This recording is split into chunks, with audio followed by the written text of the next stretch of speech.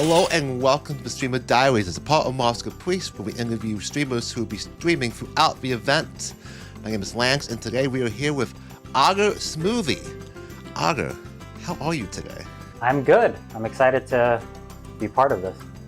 We're excited to have you a part of this. And that actually leads to my first question. I remember you being a part of March Caprice in 2024.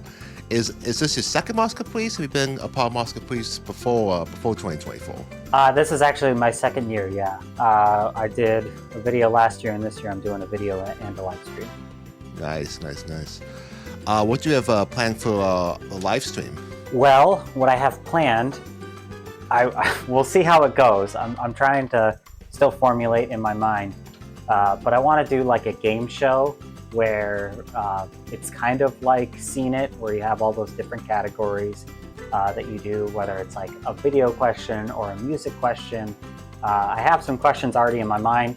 I'll just have to figure out how to have someone roll the dice. I figure we can easily have some of the March Caprice people play over Discord or something like that, but I want to have like a game with all of us like that. Lisa, my next question. When did you start streaming? Because do you stream on YouTube and Twitch at the same time? Yes, streaming took me a while to figure out, but I figured out with Restream through OBS, I was able to simul stream with Twitch and YouTube. But I started streaming, I think in 2020, when I was I think that's when I started my channel on YouTube and tried to figure out all of that stuff. So yeah, it's been a bit, and I've done a few different things here and there in the process. But I got you, because I see you're live all the time on my YouTube subscriptions tab. So you're going hard, and I love and admire that for sure. Well, thank you. I appreciate that. Indeed. Next question I had for you is, I watched before this, I watched a few of your videos. Are you big into film? I mean, I haven't really studied any of it or anything like that, but I do like watching movies. I mean, I especially love like animated movies like Disney, of course. But it just depends. People would ask me, or if they would see me, they would say like, oh, he's a gamer, he's addicted to playing video games. But, you know, I spend most of my time watching TV or, you know, movies, stuff like that. But I want to make my own videos, which is why I've, you know, done the YouTube thing, because it's like I have all these ideas and I want to get better at my editing, but I'm still getting there in the process. But yeah, it's kind of something I'm into, but not like to the level someone else like who is a film student would be into it. Gotcha, that makes a lot of sense. Yeah, I asked that because there's not only the draft pick video that you made for March Caprice last time, others were like dressed up in a suit, like it's like a award show. So I don't know, like big into like the Oscars or have like a lot of. Well, go ahead. Yeah, I did that because I was trying to make it as based on Fantasia 2000 as possible. Oh, okay. And like between each of the songs that they had a celebrity come out like dressed to the nines, and then they would say a little story about the song before it started. So I was kind of like, I guess in that aspect, it does, like each of my videos, I do I'm not always trying to do a different style, but I want to make my videos unique instead of just me talking to a camera or me with the, you know, green screen background. And that was one of the ways where I thought like, oh, I'll do it like the Fantasia 2000 movie. But sometimes it does get in the way, and I try to be less perfectionist about it and just be like, you know, talking to the camera is fine. There's a lot of very successful YouTubers that do that, and I'm probably overthinking it way too much. But yeah. Yeah, you know, I think when it comes to like YouTube and stuff like that, you can really get caught up in overthinking about something coming out being perfect, and I know I do that. And I can, especially with like voiceover as another thing. Like sometimes I'll be really picky about a voice line that I do, and after like doing so many takes, I'm just like, it's fine. It's what it is. So I listen to myself when I'm recording something for a video, and it's just like, I sound so bad, or I keep on messing up the line, or I said that word funny. Exactly. But then I do the same thing. I watch like other YouTubers, like maybe Jack's Films. He films a lot of his stuff on stream, and just how many times he repeats himself. And he's been doing this for years, you know, and he's got like millions of subscribers. It makes me feel a little bit better that I'm not the only one, you know. And even seeing like Rhett McLaughlin of Rhett and Link, I think he did that too on a couple of videos where it was just like he just kept, he showed his like retrying to say the lines over and over again. So yeah, it's all a process, and sometimes it might not be perfect, but it doesn't mean it doesn't work. Obviously, for people in Mexican, it still works. How did you get into Kingdom Hearts? Well, I was a kid when the first Kingdom Hearts came out, and well, yeah, that was the thing. Was I had a neighbor across the street that had just moved in, and he was from California, and he moved to New Mexico where I used to live. He was obsessed with Disney. Like his family went to Disneyland constantly, and he had a whole mural in his room that was all Disney decorated. Like it was like a whole mural of him walking with Mickey and Goofy. And so because of that, it was like, oh, my friend likes Disney. I started like checking out more Disney things, and one of those things was the original Kingdom Hearts on PlayStation 2. And it was only for like a year of him hanging out with him in like elementary school, like in 5th grade. But after that, it just kind of took off. Like I became obsessed with Kingdom Hearts, and you know, playing Kingdom Hearts 2, and then so on and so forth. So, yeah, that's how it begins. You know, you dabble around with the idea. Once you get like immersed into the Kingdom Hearts universe, you become obsessed, and that's. I'm always trying to indoctrinate someone. You know, just let them know and just be like, hey, you want to get a little taste? Get a little taste, and then consume them. You know, let them be consumed by the Kingdom Hearts love. Or darkness by some. Yeah. What's your favorite Kingdom Hearts game? And in addition to that question, what's your favorite memory of being a fan of the series? Oh, man. I love a lot of the Kingdom Hearts games. It's really hard to choose. Like, I remember in my mind playing Kingdom Hearts 1 and 2 way before Kingdom Hearts 3 came out. And I was like, oh, I love these games so much. But they're so unique. Like, they're the same game, but they're unique in their own ways. They like, really are. Kingdom Hearts 1 is more mysterious. You don't really know what's going on for a lot of things. You're like, everything's new, and it's like more puzzly. You know, Kingdom Hearts 2, I would describe as epic, and it's like building on what was already built, and like that's exciting. I really love those two. I also love Dream Drop Distance. I love the worlds in that game, and the music in that one is really good. But I will say, and I didn't realize this for the longest time, that this game would be like something that was like up my alley. But when Melody of Memory came out, I was like blown away, because like I had played like Beat Saber and Audio Surfer, and I think Audio Surfer you could upload your own songs and play it based off of that. And so I would try to upload Kingdom Hearts songs to get it to exactly to the beat. And then when Melody of Memory came out, I was like, yeah, that looks kind of fun. I might check it out. But then I started playing, and I was like, wait a minute. I forgot. I've been waiting years for a game like this. Like, this is like my game perfectly. So I don't know if I can particularly put any one of those games on like number one, because I love them all so much. Of Kingdom Hearts 1, 2, Dream Drop Distance, and Melody of Memory. Those are my top games for sure. I love Melody of Memory. Oh. My only issue with Melody of Memory is that like I really felt like if it got a little bit more love, it would still be like a game that would be people would not only play at March Caprice every year, because like if they had like it had a really good soundtrack. It really does. It had but there were some key songs in my opinion that are missing. I think that worked really well in a DLC. Like Cavern of Remembrance is probably like the big one in my head. I feel so big in that game, as well as the fight theme, Deep Anxiety. I think those could have worked really well in memory. And the biggest thing, even more important than the DLC, is that there's no invite button. Like, you can't invite your friends to play. Like, that really drives me insane. I don't know if Figure Rhythm has like an invite button, but like, well, Fact Memory doesn't have an invite button. I really feel like that really hurt that game's potential. Yeah, I agree. I definitely feel like they could have added more Kingdom Hearts 3 music, or the actual melody memory Dearly Beloved. That would have been amazing. But I forgot to answer your other question about my favorite memory.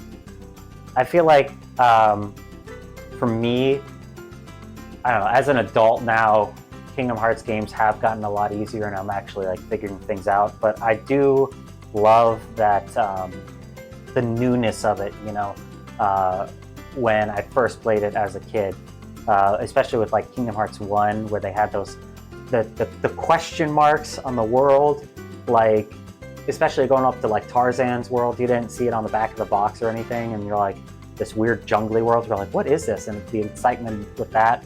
But then even the bosses that, you know, I had no idea how to beat them, and it took me forever to beat them, like Clayton, the pot centipede as a kid. I know that's not a hard boss, but I struggled with it. Dragon Maleficent, Demyx in Kingdom Hearts 2. All of those would like, they took so long and so much effort that when I finally beat them, it was like, oh, it was so satisfying. And I remember specifically with like Demyx in Kingdom Hearts 2, I was trying so many times, and this lady was just telling me, she was like, oh, you know, just take a break from it. You know, maybe you come back to it. And I was trying everything. I was trying Trinity Limit. I was trying probably not enough drive forms. I didn't try many summons, but I took a break, and I finally was able to beat it, and it was just... That's like a big gamer moment for you. Big gamer. You mentioned something about KX1, but it slipped my mind. That one. The question mark? Yes. Thank you so much. I get it, and in this era that KX3 did it, and I know KX4 was going to do it, they have to show off what all the Disney worlds are in every trailer. I feel like advertisement reasons, which is unfolksing. I get it, but like, a lot of us probably won't have that. I mean, unless you like avoid the internet like completely. Yeah. Most of us, especially as content creators, like are going to, we won't have that experience of like mystery in terms of like the worlds, at least the Disney worlds of Kingdom Hearts, probably ever again, which is kind of a bummer. I tried to do that with Kingdom Hearts 3. Like, I had determined, because I was thinking even before Kingdom Hearts 3 came out, it was like, that's what makes the game so fun for me, is discovering the new things. Like, even if it's like, if I play a game like Assassin's Creed, and it's just like, I find a little cove of trees, and it's like, oh, this actually looks beautiful. It's like the excitement of finding something. And so I determined before Kingdom Hearts 3 came out, I was like, I'm not going to watch any trailers, but I was only watching the trailers because I'm like, I'm already sold. I don't need to be sold anymore. I'm only looking for the release date. And the release date didn't come. I kept on watching trailer after trailer, waiting for that release date, and it didn't come till like, you know, the one way down the line. And so luckily, I'm really lucky here, because I was like, I was satisfied enough, and I was like, I'm not watching any more trailers. Good. I did not watch the final battle trailer, and I am so glad I didn't watch it. I had already had Toy Story spoiled for me, which is my favorite world in that game, but they showed so much of that world, and it makes me so sad, because I wanted to discover that. The Toy World, the Toy Story reveal kind of broke the internet. When that, yeah. Well, so it was going to be hard to avoid seeing that. Yeah, well, I'm actually, that's another thing too, because I'm grateful for this community, because when, like, I didn't know all this was going on before. When the Toy Story trailer came out, I had no one to talk to about it, and I was like, oh, you don't understand how cool this is. I was so like, I can relate like, to that so much. They look exactly like the movie. Exactly. And what I think, like, when I tell my friends, they're like, oh, you know, like, you're a little too excited about this children's game. And it's like, you don't get it. And so I called my one friend that was like out of town. I didn't even have her number, but I knew she kind of liked Kingdom Hearts. And I was like, hey, can you give me your number? I need to talk to someone about this trailer. But instead, just to get that like boost of excitement, I watched Skyward Wings reaction to it. I think, or Skyward, I forget what his username is now. Yeah, his reaction to the Toy Story trailer, because it was like the whole stadium and them screaming. It was like, they were there. I think he was at the event. Yeah, and it's like I could live vicariously through his reaction. I watched it so many times, but yeah, I love that we can actually I can talk to Kingdom Hearts fans now with all of March Caprice. I know that's a side detail. I don't mean to get too distracted, but no. I love hearing about that. But yeah, I'm really hoping once the cake's full, like hype cycle gets going, that there'll be more moments like that where Kingdom Hearts creators will be at the event where things get announced there, and it's super hype. Because man, that Toy Story trailer, that's I think one of the during the Cake's 3 hype, I think my biggest memories of like that entire hype cycle was obviously the final battle trailer, but that kind of has more like a negative kind of like feeling because of how much was selling in there. But I do think of the Toy Story trailer. I think of the Monsters Inc. trailer. The Frozen, the trio of E3 trailers that had Arendelle, Pyrex, I think there's another one, I can't think of it. And then the final Remind trailer. Well, my favorite moment was the final Remind trailer personally, because it had what I wanted out of KX3. But like, those are what I think of the most when I think of the hype cycles for KX3. Speaking of KX4, when do you think KX4 will come out? Oh man, I literally have no idea. I am okay waiting for Kingdom Hearts 4. I am not stressed about it or thinking about it all that much. What I am stressed about and thinking about is Missing Link.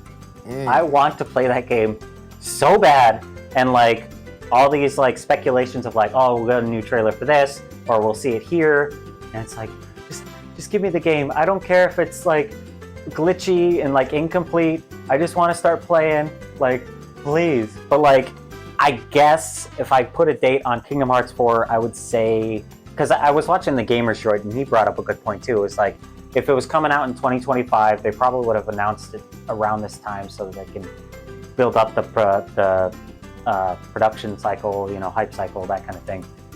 Start doing that by like the end of the year. So I'm thinking maybe 2026, but I'm desperate for Missing Link. I need it so bad. I almost, for the live stream, I almost put for the category, like, I'm going to stream Missing Link as hopeful, just like, I'm hoping it'll just be there. That's what Missing Link gameplay, that's what I'm going to stream. And like, I wanted to do that last year too. I was like, I'm hoping, but still no Missing Link. And still missing.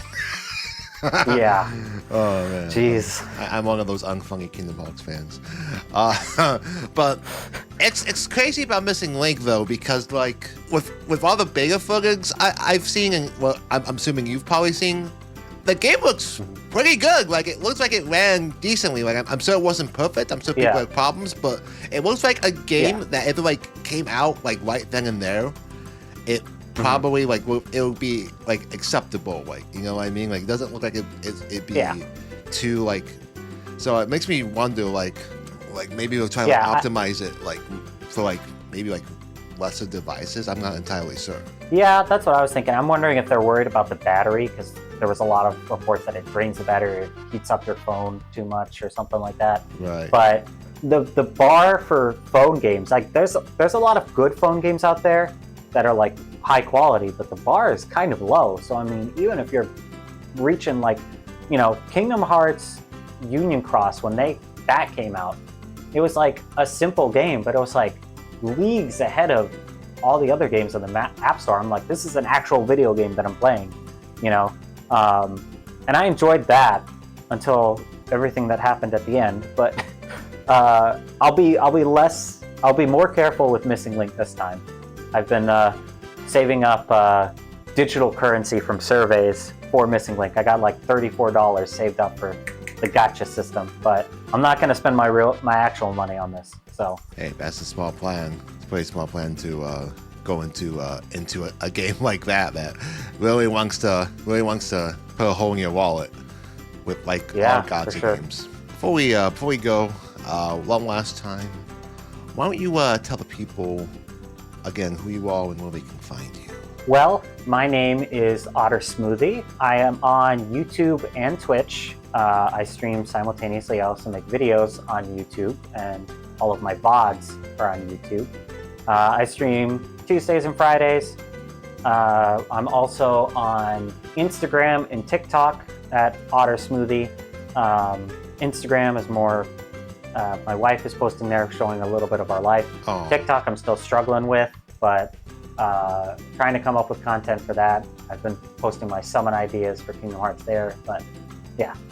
YouTube, Twitch, Instagram, and TikTok is where you can find me. Very nice. But all right, everybody. Otter, thank you so much for talking Thank with you me for having today. me. Happy March Caprice, everybody. I'm currently trying to beat Pokemon Violet by doing absolutely nothing, and things are getting really interesting. So far, I'm on the final 4 and facing the first trainer, Rika, and I beat her on my first try. But that's not all.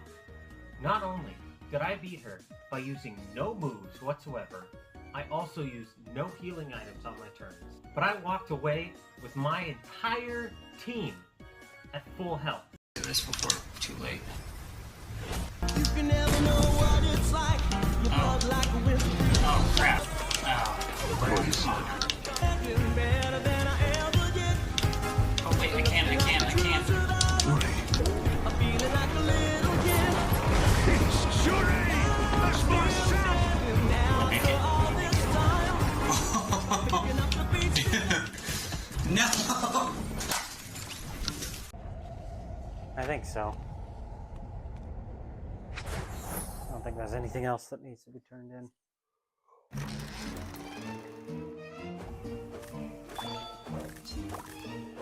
I forgot about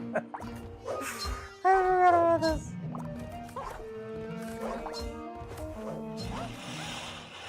Hello and welcome back to the Streamer Diaries, where we interview streamers who are part of March Caprice. I'm Lanz, and with me today is GreenyTheGoblin. Greeny! Oh, what the heck? Oh my gosh, I have company, Lanz! Buddy, what are you doing here? I'm here to talk to you, man. How you doing? Oh, I'm doing fantastic. How are you? I'm doing excellent. I'm doing Awesome. really good. Before I move on, what's going on? I couldn't help but notice what's going on through the window. Oh, this?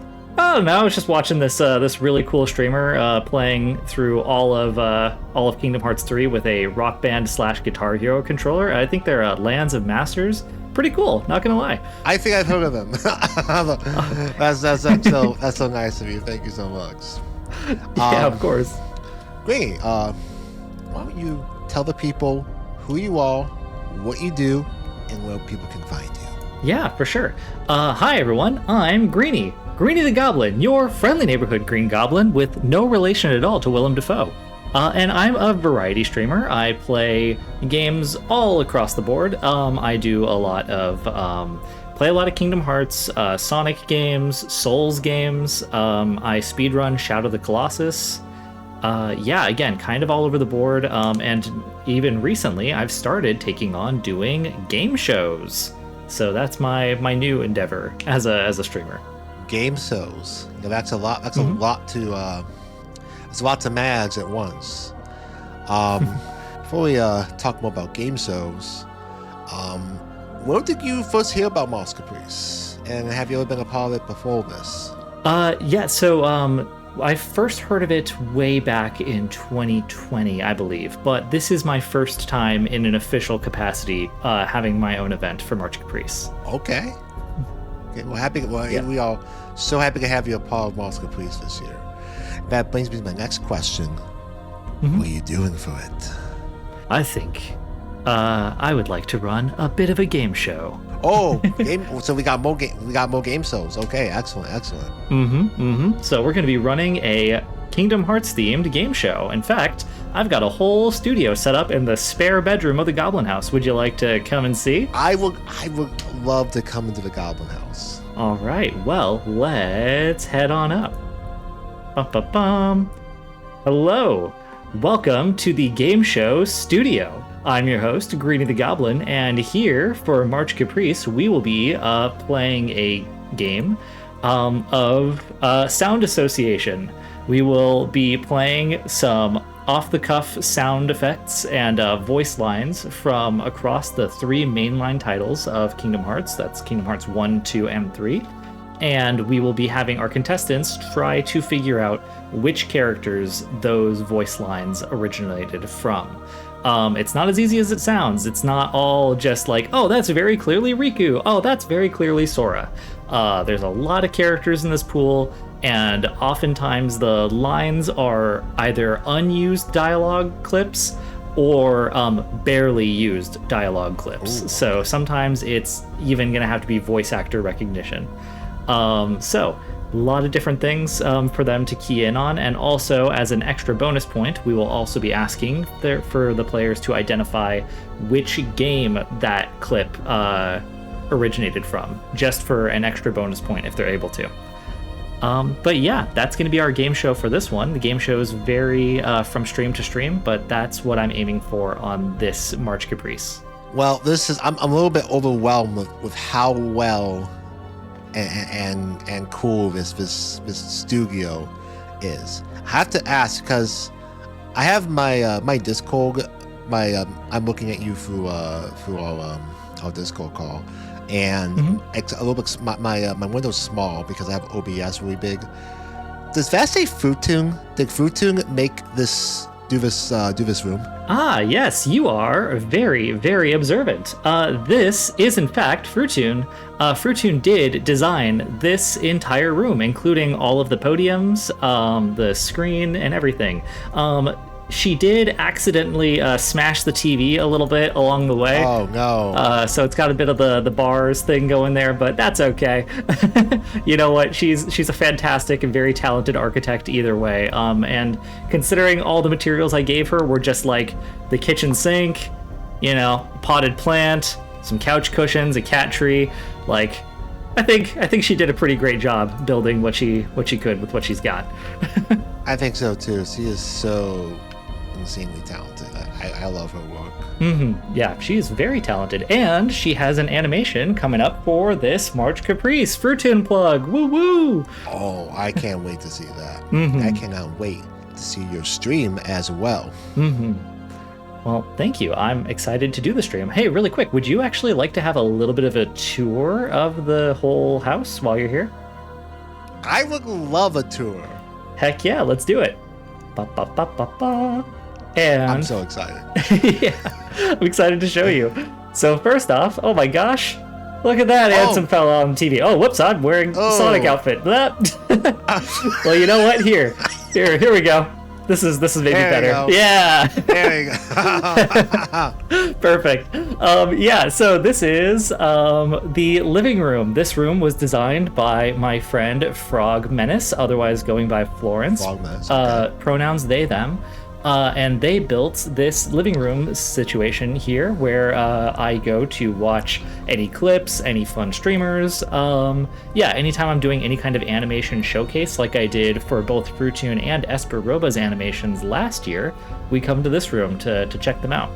I love that. I really like the Keyblade illustration and the self-portrait there. This is really cool, and obviously might be a little bit biased, but I love the TV too. I can imagine. Yeah, no, I think that they're very talented. They did a great job. Next up, let's see. We've got the balcony over here. So, balcony. yep, this. So pretty. It's very pretty, yeah. This is our Be Right Back screen. This is put together This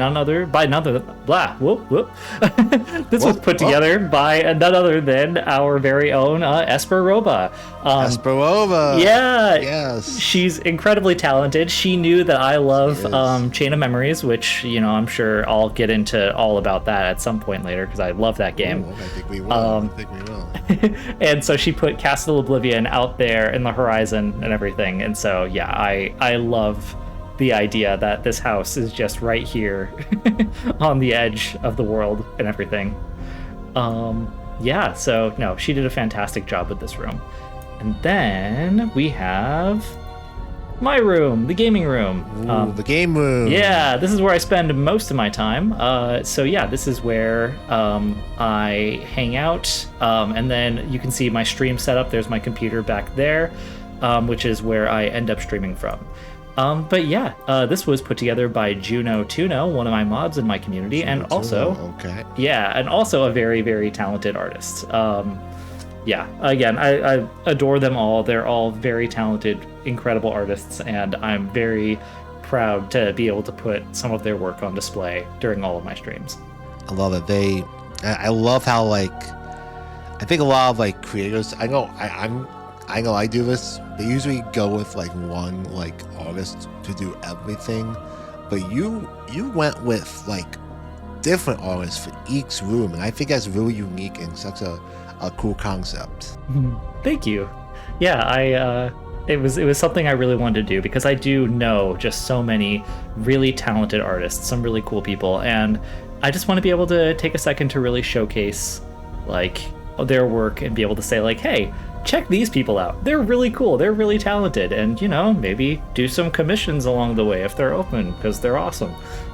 So that's kind of a lot of what this is one, I get to have this really cool house, and two, I get to kind of show off what they're capable of as well, and then put their work on display. That's really honorable of you to showcase all these other artists. What I want to ask you next is, how did you get caught up in this whole Kingdom Hearts mess in the first place? Ooh, that's a good question. So I actually came into Kingdom Hearts pretty late, I think, comparatively to most people in the community. Better late than never. Yeah, better late than never. Yep, exactly. That's the way I see it too. I didn't start playing. I think I played the first game as part of the 1.5 collection on the PS3 when that first released. So I must have been 18 or either at the end of 18 or the beginning of 19 during that time. And yeah, fell right in love. I had already been a pretty big fan of Final Fantasy, and also of Disney. And growing up, I'd always heard about this hybrid game that was kind of in the middle. I'd seen maybe a few Flash animations as a kid, but some silly baby game. Yep, exactly. And it's when I was kind of younger, I also went through that phase that I think a lot of kids do, where it's oh, Disney cartoons, that's for kids, and it wasn't until later that I came back and was and I was wait, actually these kind of rule. So yeah, I think that these games hit me at the exact right time in my life where I was outside of that little edgy phase where I just wanted nothing to do with anything Disney during that period. And so ran into them and fell so deeply in love. And Kingdom Hearts 1, I must have played through all of that game in about a week, and just that is burned in my memory as just such a fun week just playing that with my friend on the PS3. I love that so much. Yeah. That said, after that was done, I looked at the rest of the collection and I was hey friend, what's this other game? This Chain of Memories. And they were oh, that's the weird one. That's the bad game. Don't play that. Just play Kingdom Hearts 2. And then they let me borrow their Kingdom Hearts 2 copy for the PS2 because that collection wasn't out yet. And I played it, and Kingdom Hearts 2 was awesome, but I just felt there was something narratively missing there. And so I eventually was you know what? I'm just going to try that Chain of Memories thing. And, say what you want about the gameplay. I personally have fun with the gameplay, but I understand why not everyone does. That said, Chain of Memories' story hit me so hard in the exact right way at the exact right time. that is my favorite Kingdom Hearts story. Not necessarily gameplay or like, you know, exploration wise, but just story wise. I'm so in love with Chain of Memories as a story. And yeah, overall, those 3 games, 1, Chain, and 2, are kind of the trifecta for me for different reasons. But all of these games are wonderful. Like, even the weakest Kingdom Hearts game is still a great game. So, I mean, either way, it's just such a rich series to explore. And yeah, I've been in love with them ever since. I'm a massive Chain of Memories fan, so that makes me so happy to hear that. I don't believe a Kingdom Hearts game has ever made me cry until I saw Sora's ending in GBA Chain of Memories. I don't know what it was. It had a different energy to it that is like, that pulled at my heartstrings. Oh, okay. I never had a case game make me cry until last. I think I finished it like November-ish. Mm-hmm. So, wow. Yeah. I always have a special place in my heart for Chain of Memories. Mm-hmm. Yeah, same. And yeah, I've never played the GBA version. And I mean, that's a huge glowing review, because I mean, some of the Kingdom Hearts games have gotten me teary-eyed. I love Chain of Memories, but somehow I've never played OG Chain of Memories, only Recom. So maybe this is a time for me to actually pick that up and try playing that. And maybe it'll hit me in a similar way. It has a lot of charm. It's a little janky, but there's some things about the gameplay that annoy me. But it's more so like, I thought Chain of Memories, that Rechain did better. But like, it has like a charm to it. There's like a charm and energy to it. You'll know when you play it. It's hard to like kind of like explain and describe it, but it has like energy and charm that you can really only have by playing it. And it's kind of like Walks in the Days movie compared to playing Days. And I haven't played Days since like Longs, but like I've been watching I don't know if you know Key. Oh yeah. He's primarily a Days content creator. I've watched a lot of his Days video, and a lot of his Days videos, and I'm just like, why was this not remade or something or ported? Like this has so much like quality, like interactions that might be some of the best, arguably best in the series, and why is this like, why was this not remade? Like I love like a lot of the really fun interactions are either like cut out completely in the movie, or they're just like paragraphs.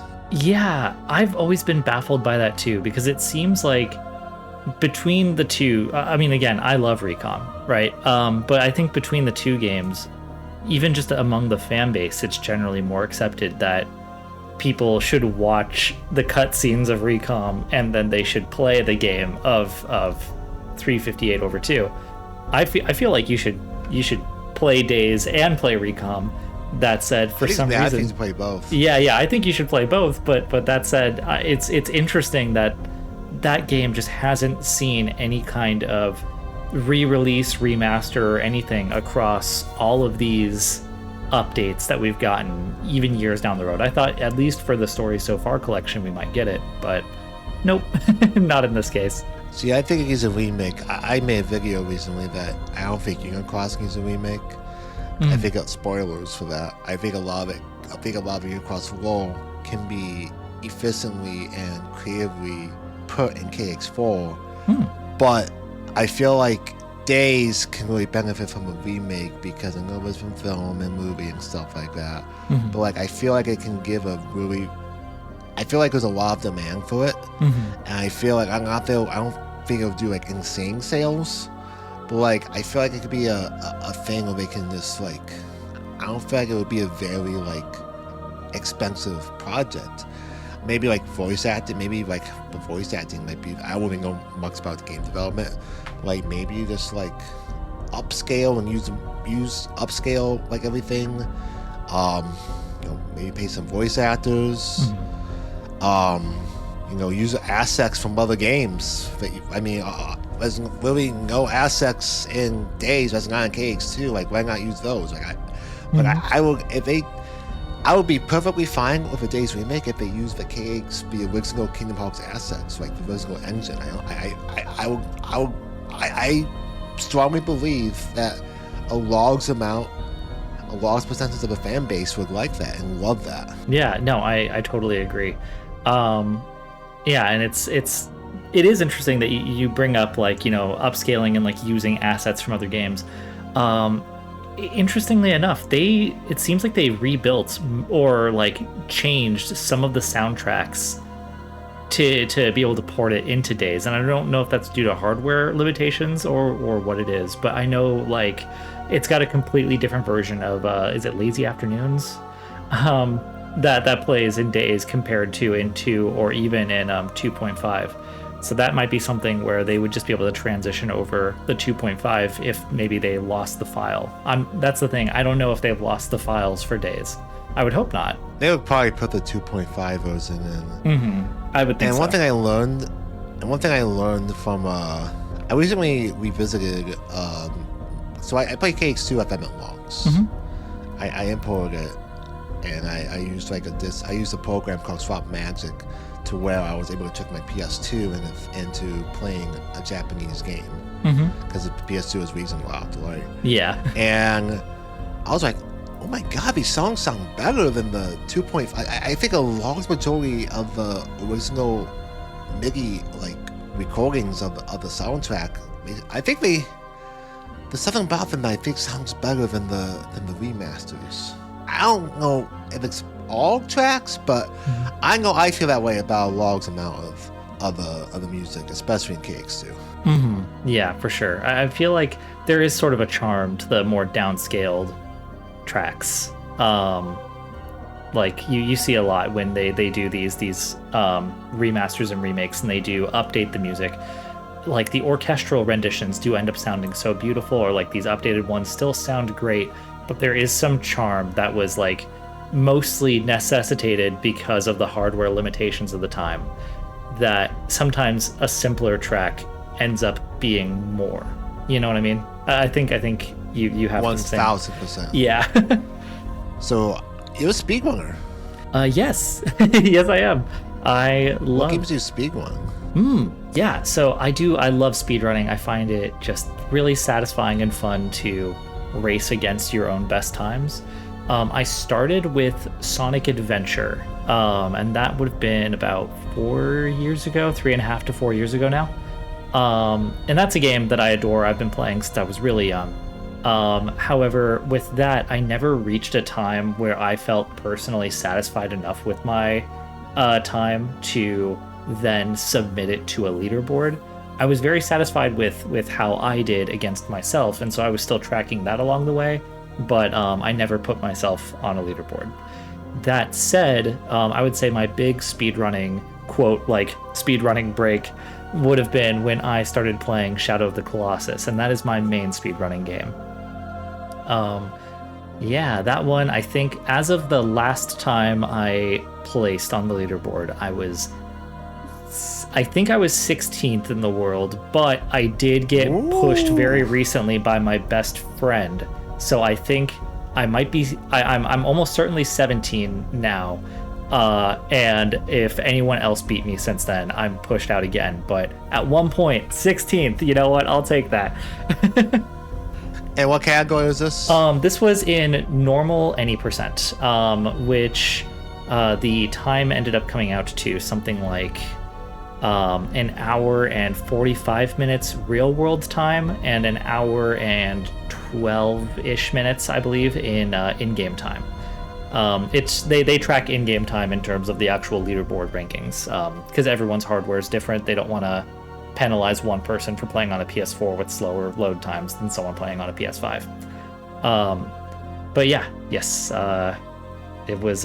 It's just the normal any percent, though I have considered going in for some other categories along the way. That's just the most common category to play under. Unbelievable. We love to hear that. You know, maybe get in that top 10 someday. Hey, it could happen. Keep working hard, and you know, I think no doubt you'll get there. Fingers crossed. Now, Shadow of the Colossus, that's made by Team Eco, right? Yes, that is Team Eco. They've made 2 other games. They made Eco, which came right before Shadow of the Colossus, and then years later they made The Last Guardian, which I haven't had a chance to play yet, but I'm looking forward to maybe playing that on stream down the road. Yeah, I've heard mostly good things about Last Guardian. I think it was like, I heard like there might be some goofy like platforming stuff, but like for the most part, I feel like it's like a really unique and good experience for most players. Yeah, that's what I've heard. It's a gorgeous game from what I've seen, and I think all of the Eco games have their own kind of goofy platforming setup in their own way. But it's kind of one of the more charming things about their games is how characters move and climb and grapple throughout them. So it's definitely something that is on my list and I'm looking forward to. Got you. I know they got a game coming out. They sold it off last year. I don't know anything about it, but it looked very Team Eco. That's a good way to put it. It was like a Team Eco. They're like, yep, that's Team Eco game. Yep. We probably won't see that game for a few years down the road, but oh man, I'm already hyped. Probably PS6. Yeah, PS6 exactly. If we get a PlayStation 6, I don't know. We'll see. I think we will. Yeah, that's a good point. We probably will. Hey, 1 second. I'm just gonna change out of this outfit. You know, it's a organization coats, styling and all, but yeah, man, it's just kind of warm. Hey, that's so valid. There we go. Hello. Yeah, there we go. Hey, welcome back. Hey, thanks. I want to ask before I let you go here. When do you think KH4 will be released? Ooh, KH4. It's funny we just talked about Team Eco. So I think Square Enix and Eco both have kind of a habit of announcing their games way before they're even close to having a finished product out, and kind of doing their own like little release tech demos and trailers. And I think that might have been the case with KH4 as well, though I don't think it's going to be nearly as long of a wait as, say, between 2 and 3. I'm thinking probably, for me, I think it's probably at the earliest, late 2027, which is honestly not that far out. But yeah, late 2027 to somewhere mid 2028. That's what I would guess. In the grand scheme of things, that doesn't sound too bad. No, it really doesn't. I think, if I'm being optimistic, late 26, but like I'm thinking early 27, like spring 27, and then I think they'll have part 3 of Re-Trilogy, FF7 Re-Trilogy, in the fall winter. That totally makes sense. And yeah, I've seen the other side of your chair. That's a Final Fantasy VII Re-Trilogy chair there. Yeah. Oh, it's so cool. And yeah, no. I'm a big fan. Hey, same. I've been I've loved Final Fantasy games for so long, and 7 is really high up there for me. These remake games have been so fantastic. So I know. I'm looking forward. The Rebirth hype cycle was my favorite hype cycle I've ever been on. Like it was just like the nice thing about it is because it got announced in 22.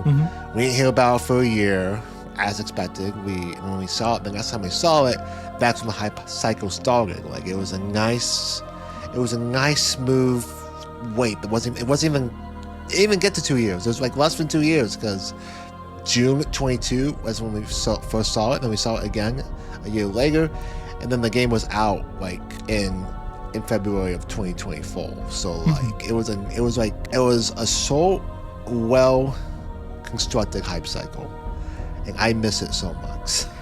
Oh man, yeah, I feel like I was kind of in the hype, but not directly at the epicenter the way other people were, because I was going through a lot of my own, not like, oh, I was going through so many bad things, but life was happening around me in a way where I wasn't able to be part of that the way I wanted to.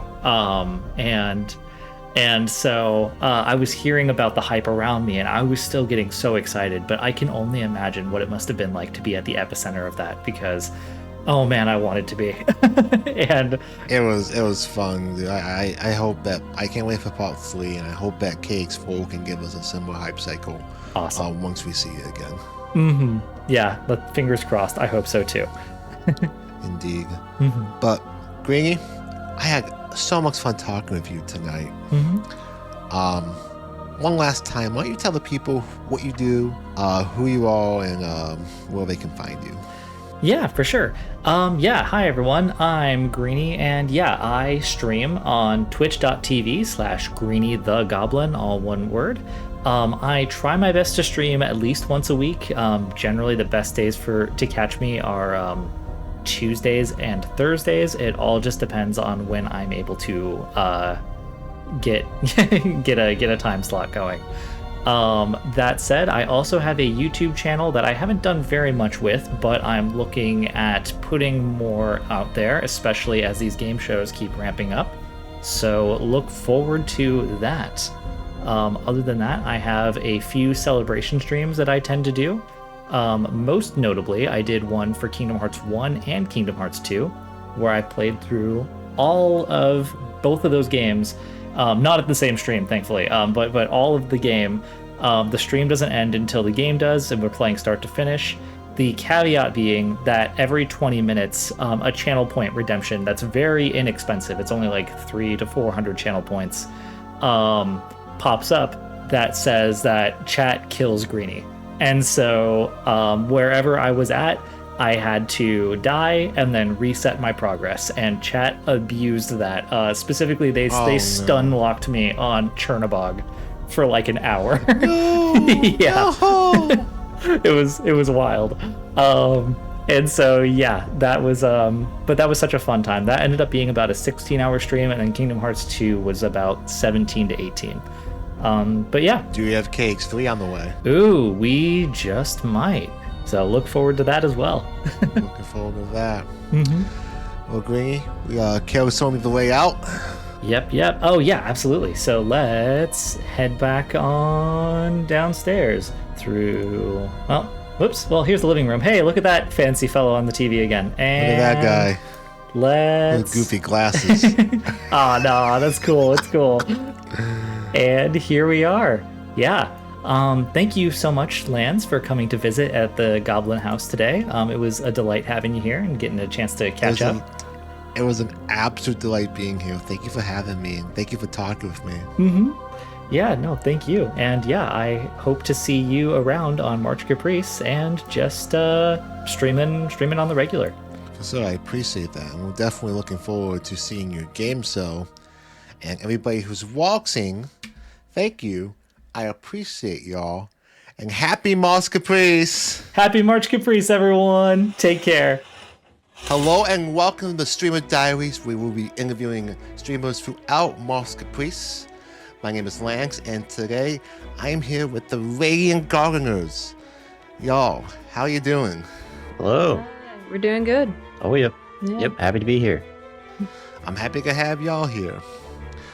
First and foremost, who are you? And where can we find you? Well, I'm Nicole, I'm Nick. and we're the Radiant Gardeners. Yeah, and you can usually find us on twitch.tv/Radiant Gardeners. And yeah, usually we're playing games together on Twitch. We do a bit of a thing here where we controller split games, typically Kingdom Hearts.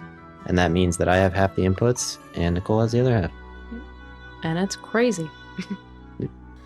Yeah, I think we can get right into that.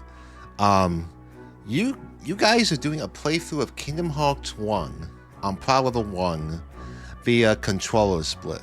How did you think of that concept, and how has the journey been so far?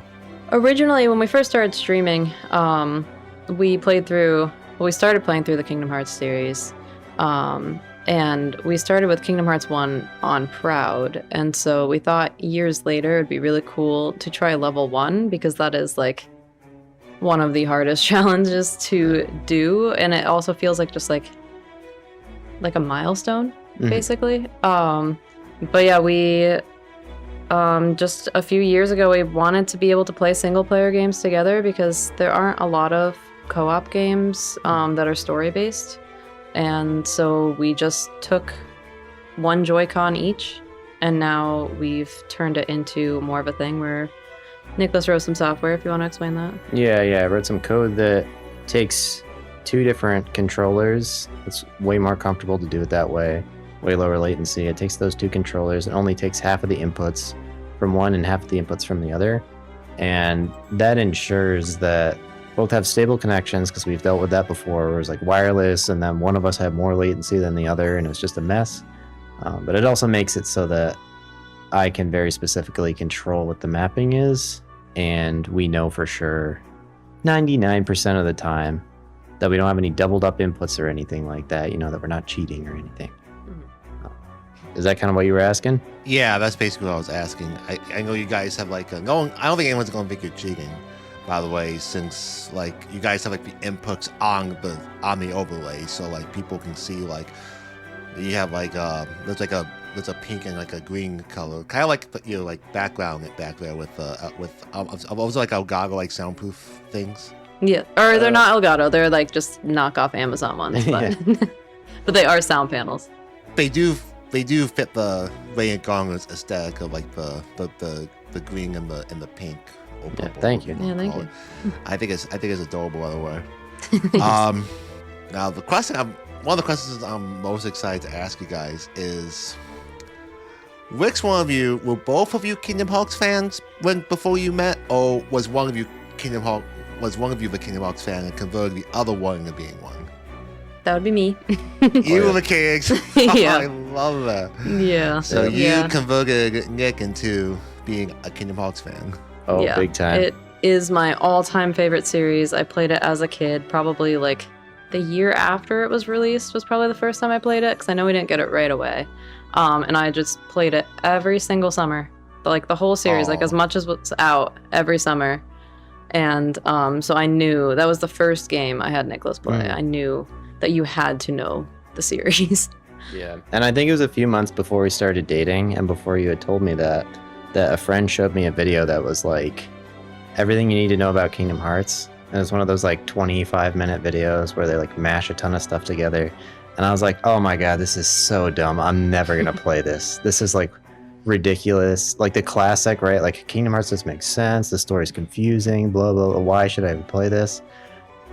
Met Nicole and I was like, well, I got to give it a try. I mean, I like her. So, and I started playing KH1 and it like reignited my love for games, because like I had spent so much time up until that point, like trying to get into game development, that during that time, I didn't really have much time to play games and play the games that like when I was a kid, I would play and they would ignite my love for making games. So it was a really cool, like full circle moment almost of we started dating and then I play this game and I'm like, this is why I want to make games. Like games like this are why video games are awesome. That's wonderful. That's a great story. Next question I had for y'all is kind of continuing on from what you mentioned. Nick, you said you have history in game development. How long have you been working on games? So I get older by the day, which makes this number go up constantly, right? But I started making games when I was 16, and I'm not 16 anymore, so I think it's been roughly 13 years, because it wasn't exactly 16 when I started.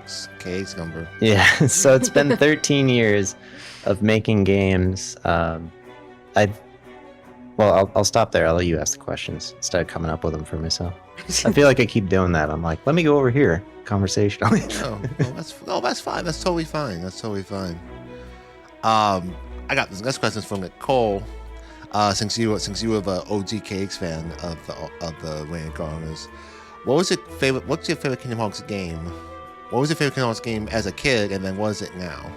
I think it was definitely 2 as a kid. Of course, like I loved 1 so much. I still love 1. As we challenge run 1 more, I'm really falling in love with 1. Okay. It might be my new favorite, but it's like it's tied. I think, but 2 has been like my long time favorite. That's funny because like I found one's like Paladin 1 really frustrating, but I think that's more like that's a me problem. Don't come for me, Cakes. Once more. Was Cakes 20 like the first time that you guys like engaged with the Kingdom Hearts community? And what are your favorite moments being a part of the Kingdom Hearts community?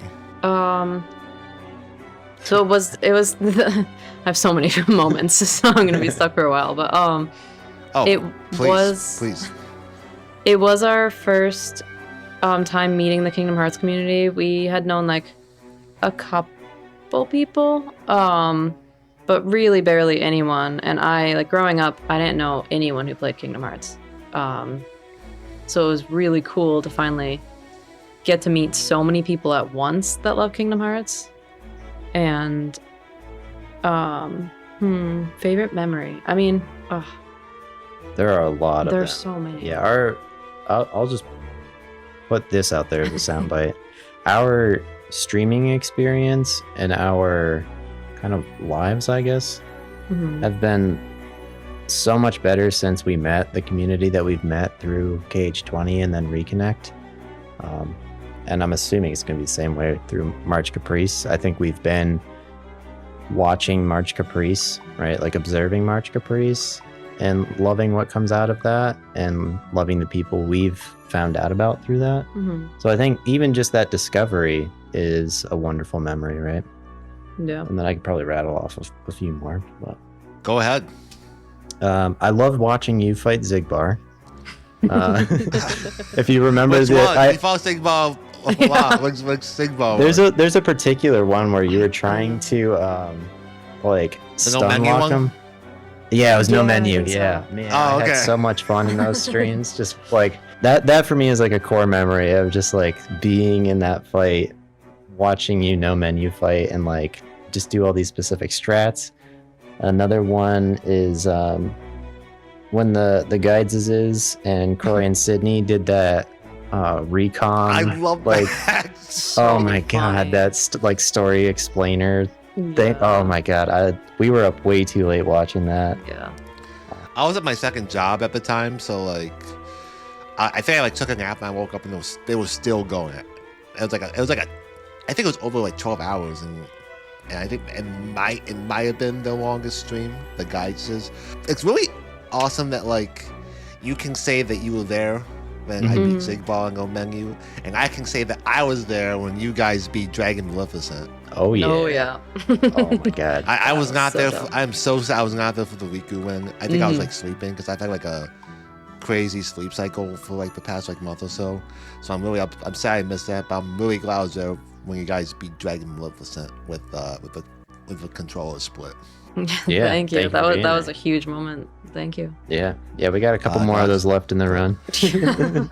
Yeah, you got a Some of couple. those moments. We got some big fights left, so I'll definitely try to stay awake and be able to catch those. Oh, thank you. Thank you. Besides the controller split, do you guys have any other plans in terms of challenge running coming up? Well, so we on Wednesday, I think, right, is our charity Our stream? charity stream. Yeah, so when is this video going out? This video's going to be out like probably after this event. It will be like probably like a month after the event you're referring to.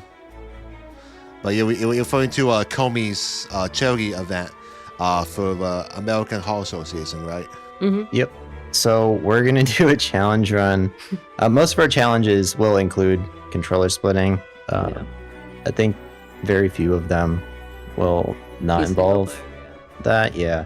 But what we're gonna do for Comey's charity stream, you're the first person to find out about this, Ooh. is Kingdom Hearts Return, which will be for every $5 donated, the game will rotate 5 degrees. And we're hoping to get to $360 and get the game spun all the way back around. And we're going to see how far we can make it in the game as it keeps turning as people donate. It's a weird one. I love it so much. You guys are so creative. Oh, thank you. I love that. I'm supposed to probably gonna make a vlog somewhere, but by the time this comes out, but definitely make sure you guys check that out, whether it be on like a Twitch VOD or a YouTube video. Make sure you guys check out whatever it is. So I love that. I love that so much. That's such a fantastic idea. Why the Radiant Gardeners? What made you guys think of the Radiant Gardeners? I know it's a great name. I love it. But what was the inspiration? Why did you guys pick Radiant Garden as to be your brand? Well, let me ask you this: who do you think came up with the name? I think Nicole, but I might be wrong. It was you, wasn't it? It was me, yeah. It was you. Okay, Yeah. okay. I saw because Nicole was laughing, so that's why I thought, oh, it might be Nicole. But Yeah, she's like you the came up with huge the name. fan, but Yeah. Well, we were Yeah. going live for the first time, like, off of the PlayStation. And we didn't even have a Twitch account yet. And we knew we wanted to play Kingdom Hearts 3. We were trying to get the Ultima weapon. we were about to unlock it. Yeah. Yeah. And so Nicholas was like, well, we need a username. What should we do? And like 5 minutes later, you threw out Radiant Gardeners. Yeah. And it just kind of... It felt Fit. right. Yeah. Yeah. It was a nice like plural thing. We both loved Radiant Garden.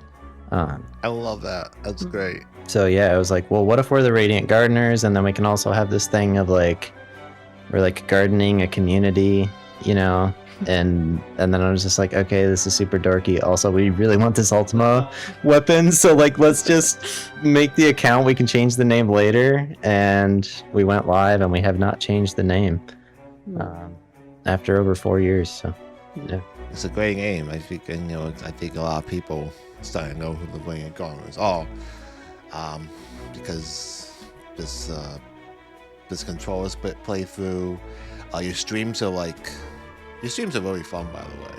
Thank you. Like, with some of the most like, you guys have like you guys have like an energy that like you guys create a fun environment, and like you guys is like dynamic. It's just fun to like be a part of your streams. Thank you. Appreciate you. that. That's the the goal. entire goal. Yeah, we Yeah. just want to make people Yeah. smile and laugh and Yep. Yeah, Just and have a like good time. accent, like when you guys like ask each other questions or like bounce off like conversations with each other. Like I love it's a unique kind of vibe. I know couples channels have been a thing for like a while, but like I don't know, the energy is. I love y'all's energy. Like Thank so you. much. Thank you so much. For sure. When do you guys think KX4 is coming out? Oh gosh. I feel so stupid because I thought like it would be out pretty soon after the first announcement. Like I thought like a couple years. Because I thought like why would they make us wait that long again? Well, but obviously we have like no updates, and so I'm thinking, I don't know, probably I'm hopeful that like in the next 3 years it'll appear. Yeah, I feel like it might just be funny number almost for the sake of funny number, but the problem is it has to be like KH funny number, right? That lines up with actually having finished the game, because I think Square Enix is trying to be a little more responsible with their release schedule and with their development cycles, and that makes it way harder to predict when it's going to happen. So they have to like finish the game, and Nomura has to be happy with what the release date is and his notebook, you know what I mean? So 2027? Yeah. That'd be pretty cool. it's so funny that like I think a lot of us. I always think my initial guess was 25. People thought 23 or 24. I thought they were crazy. But I thought 25. But like now 25 kind of looks crazy. But like, once it got to, like once it got halfway into 23 and we didn't really hear anything, I was like, okay, it's probably gonna be 26. I don't even know. And even now, that might seem crazy too. Like 26 might seem crazy, and 27 might. I think 27 they're going to try to get Re Trilogy Part 3 out. So I don't know. I mean, they've done like 2 big titles within a year before, but I don't know if they will do it for this. Maybe if they did 27, they could.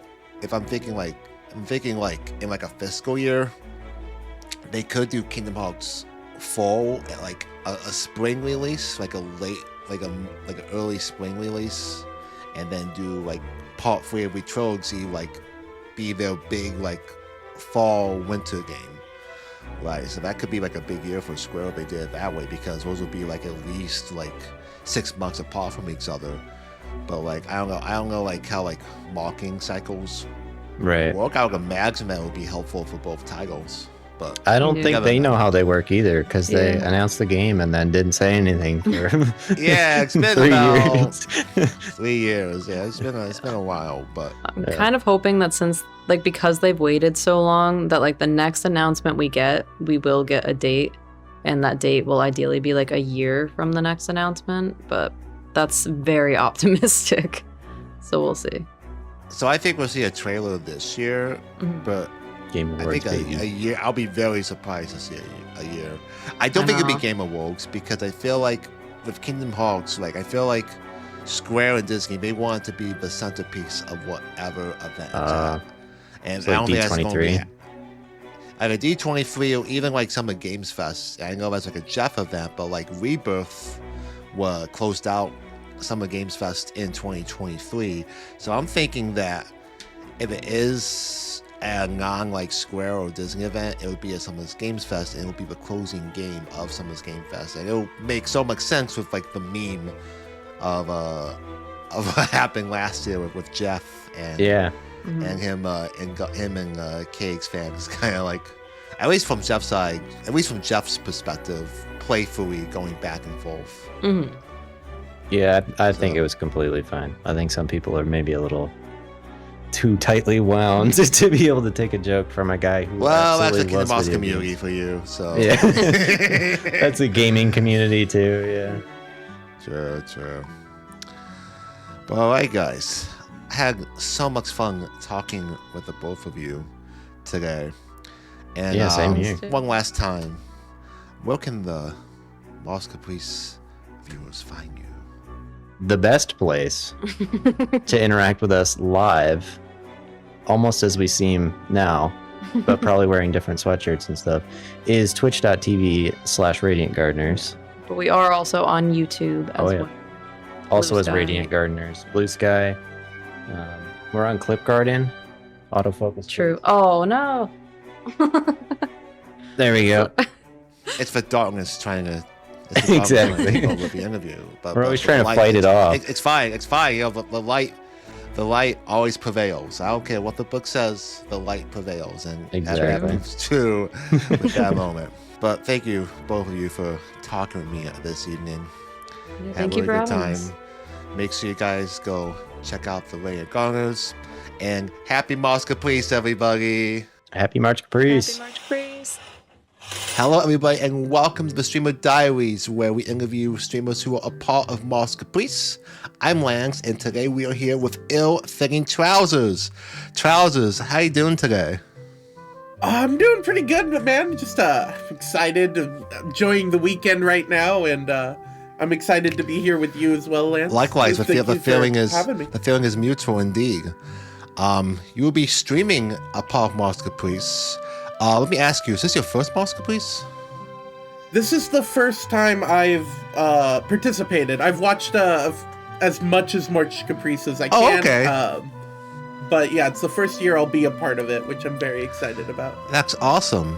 How did you hear about March Caprice initially? I heard about March Caprice while I was at KH20, actually. You're the second person we've had who mentioned that, like, because I think March Caprice 2 and KX20 were happening at the same time. So that was a really that was a really fun day to be a Kingdom Hearts fan.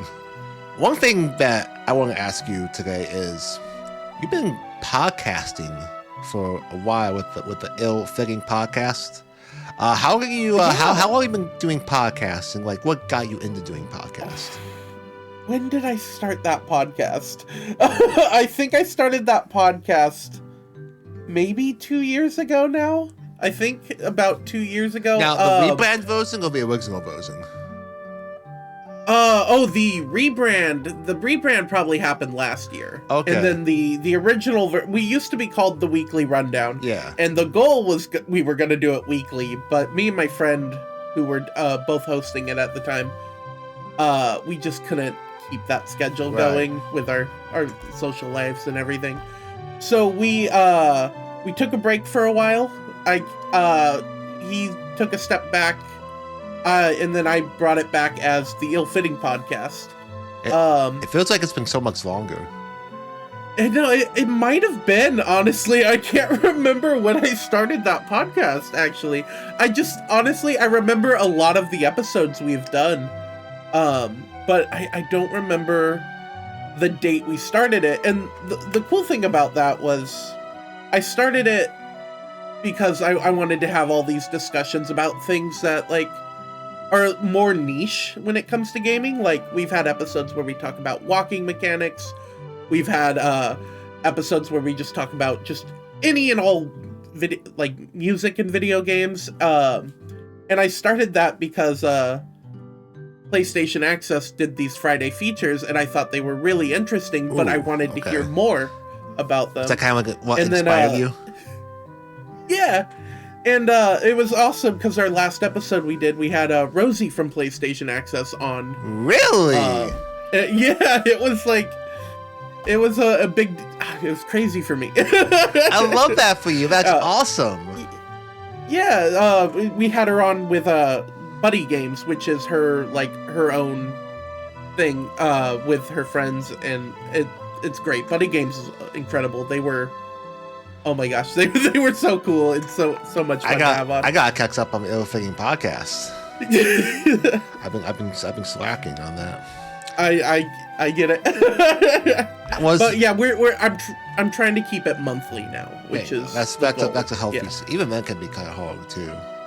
Yeah, it's already a bit of a struggle, but I've done it so far all year. So. Let's go. Love that for you. I have a question also. Was the walking mechanic, was that a Landy episode? That was Landy's idea, okay, too. I let our guests... I don't think I've walked that, but when you mentioned walking mechanic, I'm like, that's such a Landy topic. That was Landy topic. It was his idea. I struggled on that topic, too, for quite a while, trying to think of something to talk about.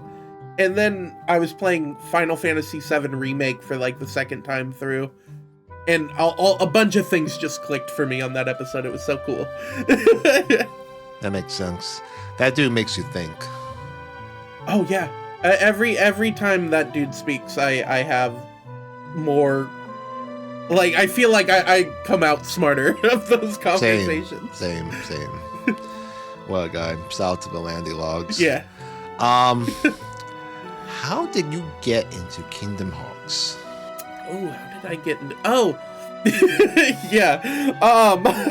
So, when I was a kid, I was hanging out with one of our friends. My brother and I had a friend. You know how, if you're a younger sibling, you know how they're your brother's friend, but you're hanging out with them as well? Yeah. I guess, if that makes sense. Yeah. That's kind of what it was. And, they let me play PlayStation while they were hanging out, and they gave me Kingdom Hearts 1 to check out. Oh, okay. And that's kind of how I got introduced into the Kingdom Hearts series. It was more to keep me away while they hung out. Oh wow! Yeah, let's give this little Wump this stupid Disney game. So keep him occupied, get him out here. It worked, and then it started a almost 20-year addiction to Kingdom Hearts now. I love that. So. That's a new one. That's a new one. Yeah. Because I've talked to, not just through his interview series, but just talking to people in general. They always have a lot. There's a lot of different, but a lot of similar stories on how they got into Kingdom Hearts. But this is a new one, and this is a unique one, and I love it. With that said, what's your favorite Kingdom Hearts game? Oh man. Okay, it's Kingdom Hearts 2. It 100% is Kingdom Hearts 2. It's the one I spent the most time with. I have the fondest memories of it. The combat was fun. The drive forms were fun. dual wielding keyblades is amazing, and it needs to be more common in Kingdom Hearts. Man, we got Cakes 2 Leaguers too. No, I'm kidding. Yeah, I know. I love all the Kingdom Hearts games, but Kingdom Hearts 2, it's the one that really, really drug me into the series, you know. It's crazy, I have to go with KH too. It's something about sequels that, like, you would think with how highly, like, coveted Kingdom Hearts 2 is, they would have more sales. Like, it's so well, it was a success, but it has, I think KH1 outsold it by 1 or 2 million, and you wouldn't think that because, like, when KH1 came out, talks about too. Because KH1 came out, like, 4 years, well, for English, I guess. I know, like, people say 2005 with JP, and then North America for, in 2006, but, like, let's just say 3 or 4 years. We'll go with that. There was, like, a 3 or 4 year difference there between KH1 and 2, and you would think that, like, with Sony having, like, a larger install base, that, like, KH2 would have sold a lot more, but KH1 actually sold more than KH2. Do you know that? Actually, I didn't know that. I didn't know that at all, but yeah, that's surprising to me. And then, especially with, like, how well the PS2 sold, and I hear everyone, like, have fond memories of Kingdom Hearts, even if they don't play the games anymore. You know, like, Kingdom Hearts 2 specifically is one I hear everyone talk about. Yeah, absolutely. It's to a lot of very generational title, especially for its combat. The last couple years, you've been going to a lot of Kingdom Hearts events. I have, actually. What are some of your because we met KH20, we reconnected at Reconnect last year, or 2020, not last year, 2023. What would you say are your favorite memories from both those events? Oh, man. There are some incredible memories from both those. I'm trying to... Favorite, though? Oh. I mean, obviously, anytime I gather with this Kingdom Hearts community, it's always a good time, right? Like, there's so many lovable people there. There's so much. And favorite? Okay, so KH20, I'm gonna just say my favorite memory was probably the most embarrassing memory of when we broke into groups to do, like, these, like, secret boss challenge runs, and I got I got Yozora for my groups. I still haven't beaten Yozora. Hey, that's a tough fight. There was no shame in that whatsoever. Yeah, and I got Yozora for that, and I just died instantly, like, multiple times. And then, man, Reconnect was what, like 2 years ago now? Huh? Year and a half. Almost. Year and a half, yeah.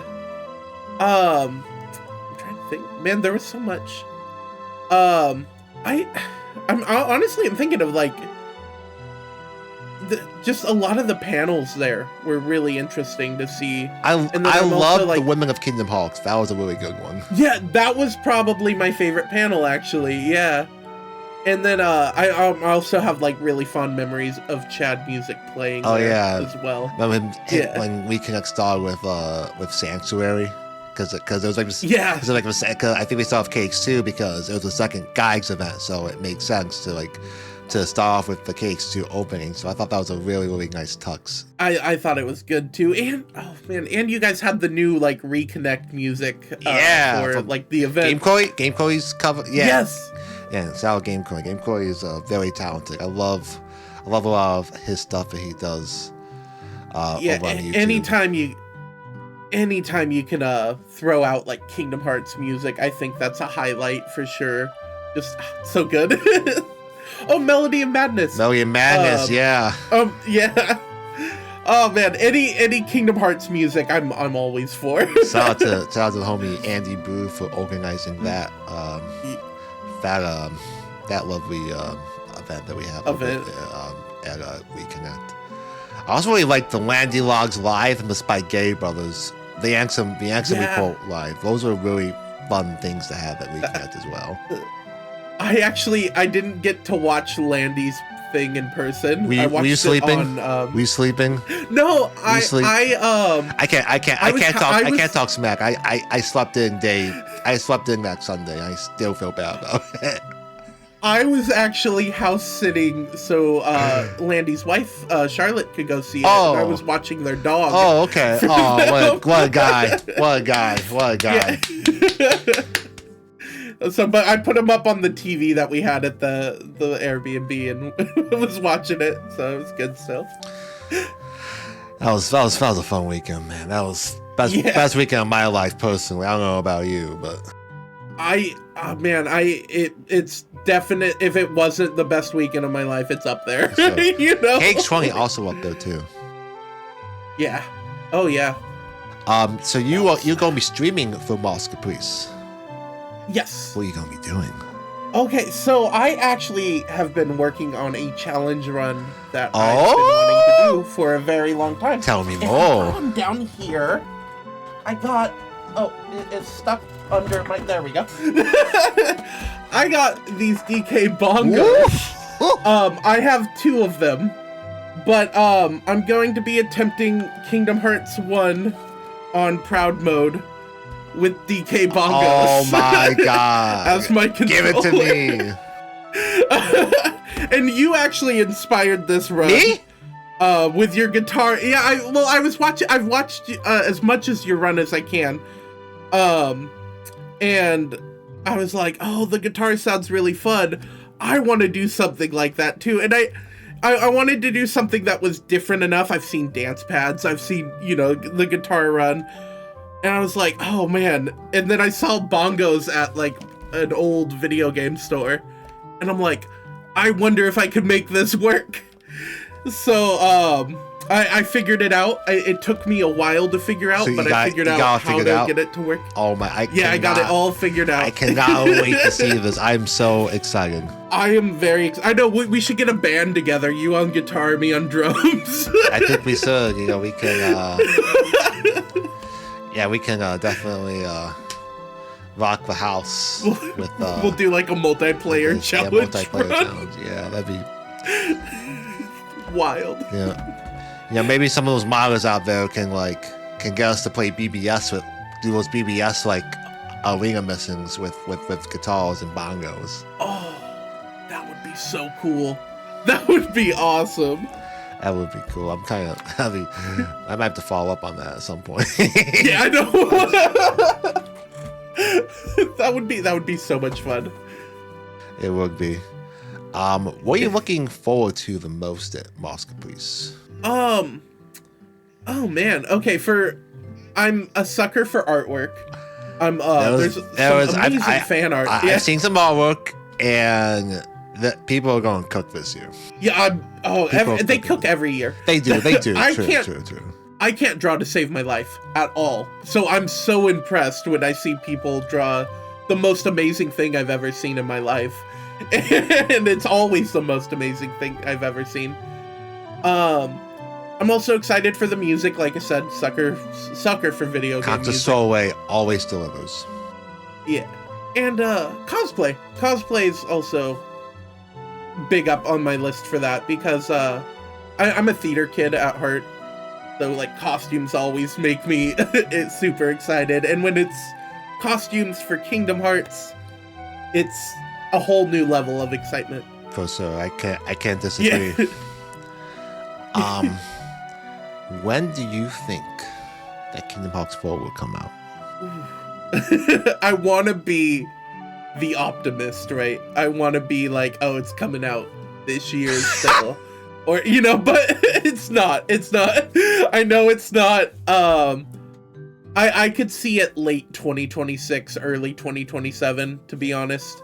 And I think that's more than fair, considering, I know everyone wants the game right now, and you see it everywhere. Anytime there's, a video game showcase. Get the clown makeup. They get the clown makeup, and I love clowning with them, and I'm always gonna clown with them, even though I don't believe it.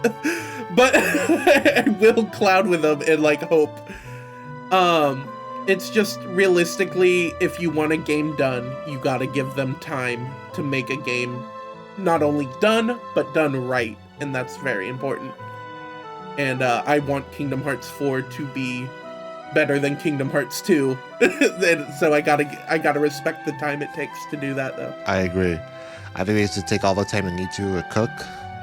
I'm looking forward to seeing the game next time I do it. I will say, I kind of have high expectations when I see the game next, because it's been 3 years.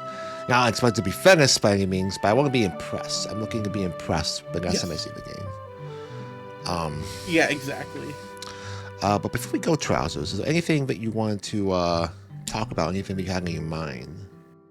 Ooh. Any questions about March Caprice? Anything about that?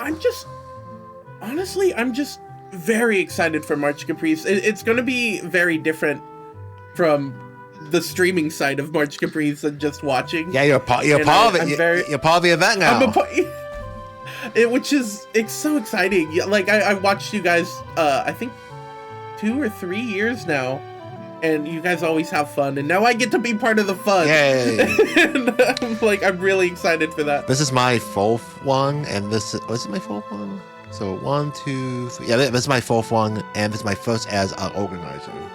So wow. Very excited to be a part of it for sure. Yeah. But Trousers, why don't you tell the people where they can find you and who you are? Okay. Well, I'm Ill-Fitting Trousers. You can find me on basically any social media as Ill-Fitting Trousers, unless Ill-Fitting Trousers doesn't fit in the search bar. Then it's King Trousers. King Trousers. And I'm also on YouTube and Twitch streaming and making content on YouTube as well.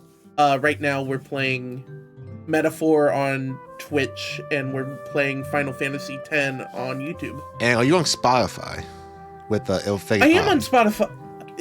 Yeah, I'm on Spotify with the Ill-Fitting podcast. I'm on Apple Music, Amazon Music, anywhere you can listen to podcasts. I'm almost there. So. You heard it here, folks. You heard it here first. Bye, everybody. Trousers, thank you so much for spending some quality time with me on this Sunday. Thank you for having me. It was a lot of fun. Likewise. And everybody who's watching, happy March Caprice! Happy March Caprice! Hello and welcome to the Streamer Diaries. As a part of March Caprice, we interview streamers who will be participating in the streamer section of March Caprice. I'm Lanz, and we are here with Allyphant. Ally, how are you doing today? Hello, Jello. I'm doing great. How are you? Doing all right. We're out here, we're living. But why don't you tell the people who you are and what you do? Sure. So my name is Allyphant. I'm actually an organizer for March Caprice. I'm one of the writing leads. Yep. Fellow organizer. Yes, fellow organizer. So I know your pain being busy all the time. But I'm mostly known for my writing. I do have a writing entry coming up. But I also started streaming after last year's March Caprice. So I figured I would sign up for this year. And yeah, so I do writing, streaming, and I think that's about it in the Kingdom Hearts world so far. I'm slowly branching out. There you go, writing. We don't have that many writers that I know of in the Kingdom Hearts community. So that's definitely an area where I can picture you flourish. So let's start off with that. How long have you been writing Kingdom Hearts fictional stuff, and what kind of inspired you to begin writing in the first place? Okay, so I started writing for Kingdom Hearts, I think it was in 2019. So the story behind that is I didn't get to play Kingdom Hearts 3 when it first came out because I was living in China. So I had to wait an extra year to play Kingdom Hearts 3. And when I played it, I absolutely loved it because I couldn't watch any of the promotional materials, so I didn't know what worlds were in there. And it was just a great experience. And I was like, you know what? write something. And so I did, and I wrote a little story about Sora and his connection with a little Dalmatian puppy, the one that follows you around in the Dalmatian house. Oh. Yeah, and if anybody wants to read it, you can go to my website, dreameaterallyphant.com. It's called The Lost Jewel. So you read that, folks. I know I'm going to be. So you had a very rare experience with Kingdom Hearts 3. I did. I didn't look up anything. I'm going to wager that probably 90, at least 95% of the fan base probably knew a lot of information going into Kingdom Hearts 3. And you were part of that 5% who had experience like that, like a lot of us had as kids playing the first Kingdom Hearts when we didn't really know anything. Maybe we knew a couple words or like the commercials, but you didn't. But you not knowing anything going to KH3, that's I love that for you. That's I love KH3 is my favorite Kingdom Hearts game. So that I love. I know I personally love hearing any KH3 love anywhere. So I love that for sure. Mm-hmm. Oh, it's a great game for sure. I love it so much. Big fan. You were organizer for March Caprice last year, right? Yes. Is this year? How many March Caprices have you been a part of, and when did you first hear about March Caprice? I was an organizer last year, and the year before that, I submitted my first writing piece for that. Been around for a while. Yeah. So this is my third year, second time as an organizer, but third year participating. Oh, okay. And I found out about our friend, regular Pat Jumpscare. I was watching his stream and he said something about it, and I was like, oh, maybe I should participate with this, and so I did. It's awesome. I love that. And you said that you are the writing league, or are you one of the writing leagues? Yep, so there's two of us. There's me, and then there's Sil Blossom Gaia. Sil Blossom, okay. That's why I thought, but I just wanted to confirm. Mm-hmm. So, my next question is, what started your Kingdom Hearts journey? I got into the series when I was 9 years old. Oh. My brother had it growing up, and I was too young to play it. He was like, no, this is my PS2. Like, you can't have this. That kind of brother mentality. But I would watch him play, and I remember being so entranced by it. And I always asked him to go back to Atlantica, because that was my favorite world then, and it's my favorite world now. I love it so much. We have an Atlantica fan. Yeah, I love We Atlantica so much, and it has my favorite Keyblade, the Crab Claw. I've been a fan ever since. I had to take a break from it when I was in China, but other than that, I've just always been around with the games for sure. Gotcha. I want to go back to writing a little bit. Sure. What are some writers that you look up to the most? Like Kingdom Hearts writers, or do you mean in general? Like in general. I don't know. My recent one that I've been looking up to is Jeanette McCurdy for her book. I'm Glad My Mom Died. I've heard about that book. Yeah. Yeah, it's a really good book, and I used to watch her as a kid, so that's my most current one. I don't know. I'm kind of a weird reader. My other books are from Jackson Galaxy, who's the guy with the cat mojo from Animal Planet back in the day. So I read a lot of weird books, but those are my current faves. See, Jeanette McCurdy, she was on the show with Ariana Grande, right? I forgot what show it was. Yeah, it was iCarly, and then the other one, I think it's called Sam and Cat. Sam and Cat, that's what I was thinking of. I didn't know she was on iCarly either. Sam and Cat was what I was thinking of. So I see that you have a Soul fan as your PNG tuber. I do. I'm just gonna make an educated guess that you are a big Dream Drop Distance fan. You would think that, and you are absolutely correct. I love Dream Drop Distance. It's just so cozy. You can go around and kick off the walls as much as you want, and then you have little friends that you feed, and you give them cake, and you pet them, and I don't know. My name is Allie, so it just came together as Allyphant. So I love it. Here I am Simple. with my pink trunk. Yep. Love it. I talked to Faux Synder last week, and she's also a massive Dream Drop Distance fan. Oh. Yeah. And Love to see it. I think she mentioned that she likes the Soul Fan too. I could be wrong on that, but I like the Soul Fan because it has Second Chance. Yeah, that's true. Actually, no. Actually, no, I take it back. I think we talked about it having Second Chance when she said she got the Soul Fan to get Second Chance, and then she replaced it. Oh, I see how it is. That's fine. Exactly. I No keep it worries. in my pony. I won't. To be fair, I'm not like.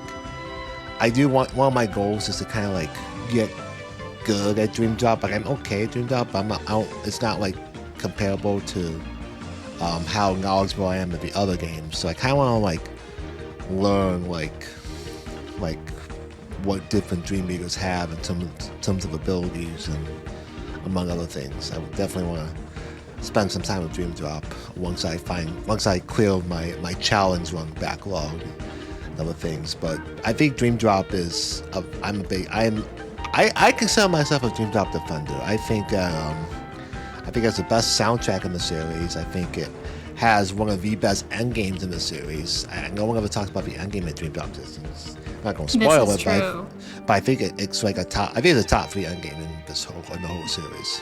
Mm-hmm. For me, I really love the music as well, and I don't know, it's just a cozy game. That's the best way I can describe it, for sure. Is it your favorite, or are you a big fan, or is it one of your favorites? Well, Lance, you would think that looking at me as I am right now. But no, actually, my favorite Kingdom Hearts game is Melody of Memory. Melody of Memory, okay, yes. I love that. We love that. Yeah, I signed up for the tournament this year as well. I'll be rooting for you. Thank you. Rooting for my fellow organizer. That is the epitome of a cozy game to me. I rank my games by how cozy they are. So it's Melody of Memory, first one, and then it's a tie between Dream Drop and Kingdom Hearts 3 for my second favorite. That's what's so awesome about Kingdom Hearts is that you have something for like people who like cozy. Like Kingdom Hearts is something for everybody. So you want cozy stuff, Kingdom Hearts has it. You want something for the stinky challenge runners like myself, Kingdom Hearts has it. You have something for people who like fairy crafting, Kingdom Hearts has it. Like Kingdom Hearts it's why it's the best series. Like it has Definitely. something for Agree. everybody. Who's your favorite Kingdom Hearts character? My favorite Kingdom Hearts character, I flip-flop between Sora and Vanitas. For a very long time, it was Sora, and then Vanitas kind of wormed his way into my heart. He's just a little brat, and I love him so much. He is a brat. He is a brat.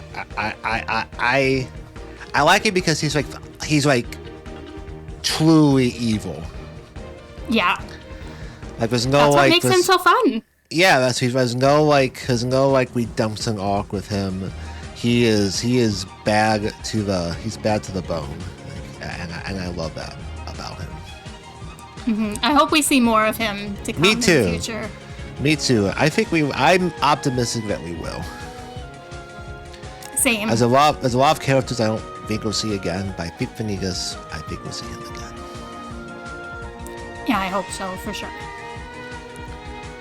Next what I got for you is, when do you think Kingdom Hearts 4 will come out?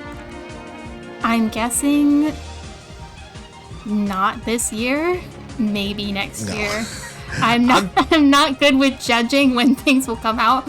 I am the type of person that is like, oh, it's coming out now? Okay, I'll go play it now, but I don't stress it until it comes out.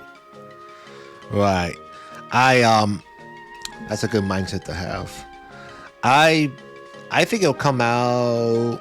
I think if I'm being optimistic, end of 2026. But I'm thinking it could be a 2027 title. I'd agree with that time range. That If seems I'm Square, I would release Cake. I would release it like maybe like in April of 2027, and then I would release Rebirth, FF7 Remake Part 3 in the fall. So I think that could be a double really, whammy in 1 year. I think that could be a really strong fiscal year for Square Enix if they do that. Oh, definitely. And maybe have like the expansion for Cakes full before like by like February or March before that fiscal year ends. And then I think that could be a really strong year for them in their rebuild that they're working on. But the next question I have for you is: you said Melody Memory was your favorite Kingdom Hearts game. Was that your? Did you play that at launch? I'm assuming, or were you still in? In China? I'm sorry. Can you repeat the question? Oh, I asked if did you play Melody Memory at launch? Oh, at launch. Yes. Yeah. Sorry. Yes, I did. I went and that was the one that I actually bought it online, and it wasn't going to come the day it was supposed to come. So I was like, you know what? I'm going down to the GameStop and I'm going to get it myself and then return the other one. And so I did.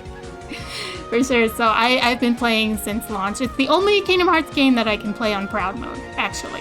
Actually, there's a lot of like, I'm not good at Melody Memory, but a lot of people who aren't really like gameplay like people are really good at Melody Memory and are better than me at Melody Memory. Like I'm like a lot like my I hate to put him under the bus here. My buddy Treehouse, he is he's not the most he's okay at Kingdom Hearts, but like in Melody Memory he's really good. He's excellent. He's an excellent player. And I think he like FC's almost. I think he full chains and full excellence every song. At Vivvox in play, so he's a very high level player in Melody Memory.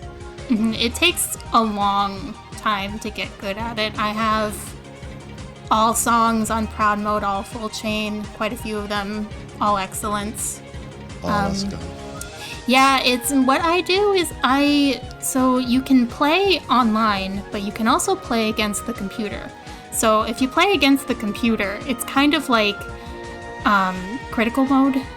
I know there's performer mode, but if you play against the computer, it'll throw tricks at you, like Chirithy, like incoming trick sort of thing. So if you don't know the song, you're going down. So that's what I used to do and still do to practice and just have fun from just playing the song normally. So you can play like you can play online. Do you mean like playing against box? Yeah, you would go into I'm trying to think of the menu, but you would go into like play online and then you would scroll down to against the computer and it'll give you 5 songs. I call it a cup, like a tournament cup. So you can pick the 5 songs you want, and if you win 3 of them, then you win the cup, and it'll give you cards and collectibles for Melody Memory. That's good. So like you don't have to like so Melody Memory is like online is pretty much dead.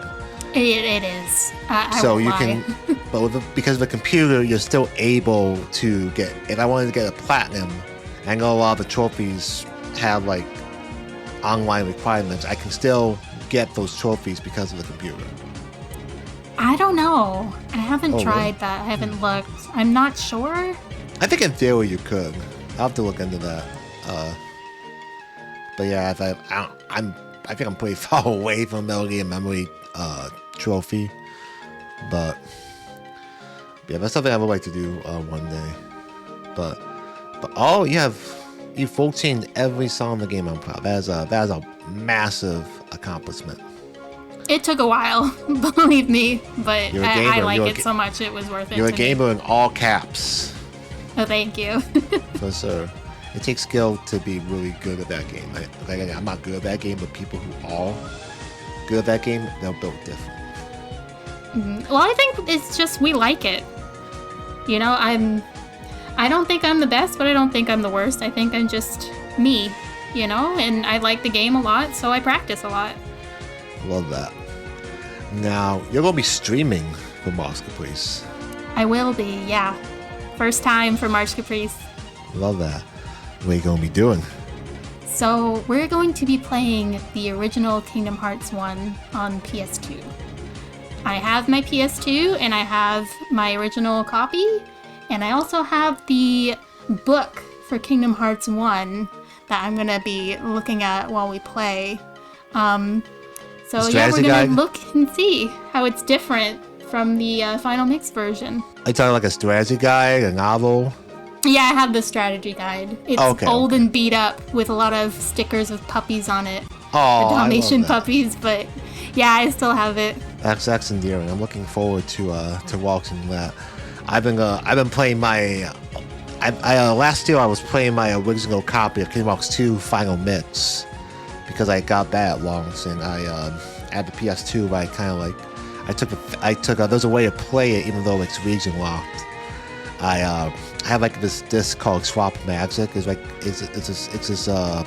disc that tricks your PS2 into letting it play region locked games. And oh, that's interesting. So that's how I was able to play 2FM at launch. I didn't really do anything. I beat on critical mode, but like that's all. I didn't do anything else. I didn't do any post game. I beat the game and then I touched it again until last year. So I beat it and I tried to fight the secret boss and then I got whooped. I'm like, okay, I don't really feel like doing that. Ooh, so you were saying that it was interesting that I'm good at melody and memory. Like, I think it's interesting that you can play on critical mode. I will be honest, we are going to play the game at March Caprice on beginner mode because I'm here for a fun time, not a hard time. And I don't know, I've had a few people that watch me say it's cathartic when I'm on beginner mode at level 99 and I just tear through bosses, like don't even nothing care. Wrong with that. That's like, nothing wrong with that. Mm-hmm. Yeah, that's so fun. I think that's one thing I don't think creators are like this, but like some fans can like they go in people's chats and be like, "You bring this on critical mode," and I think that's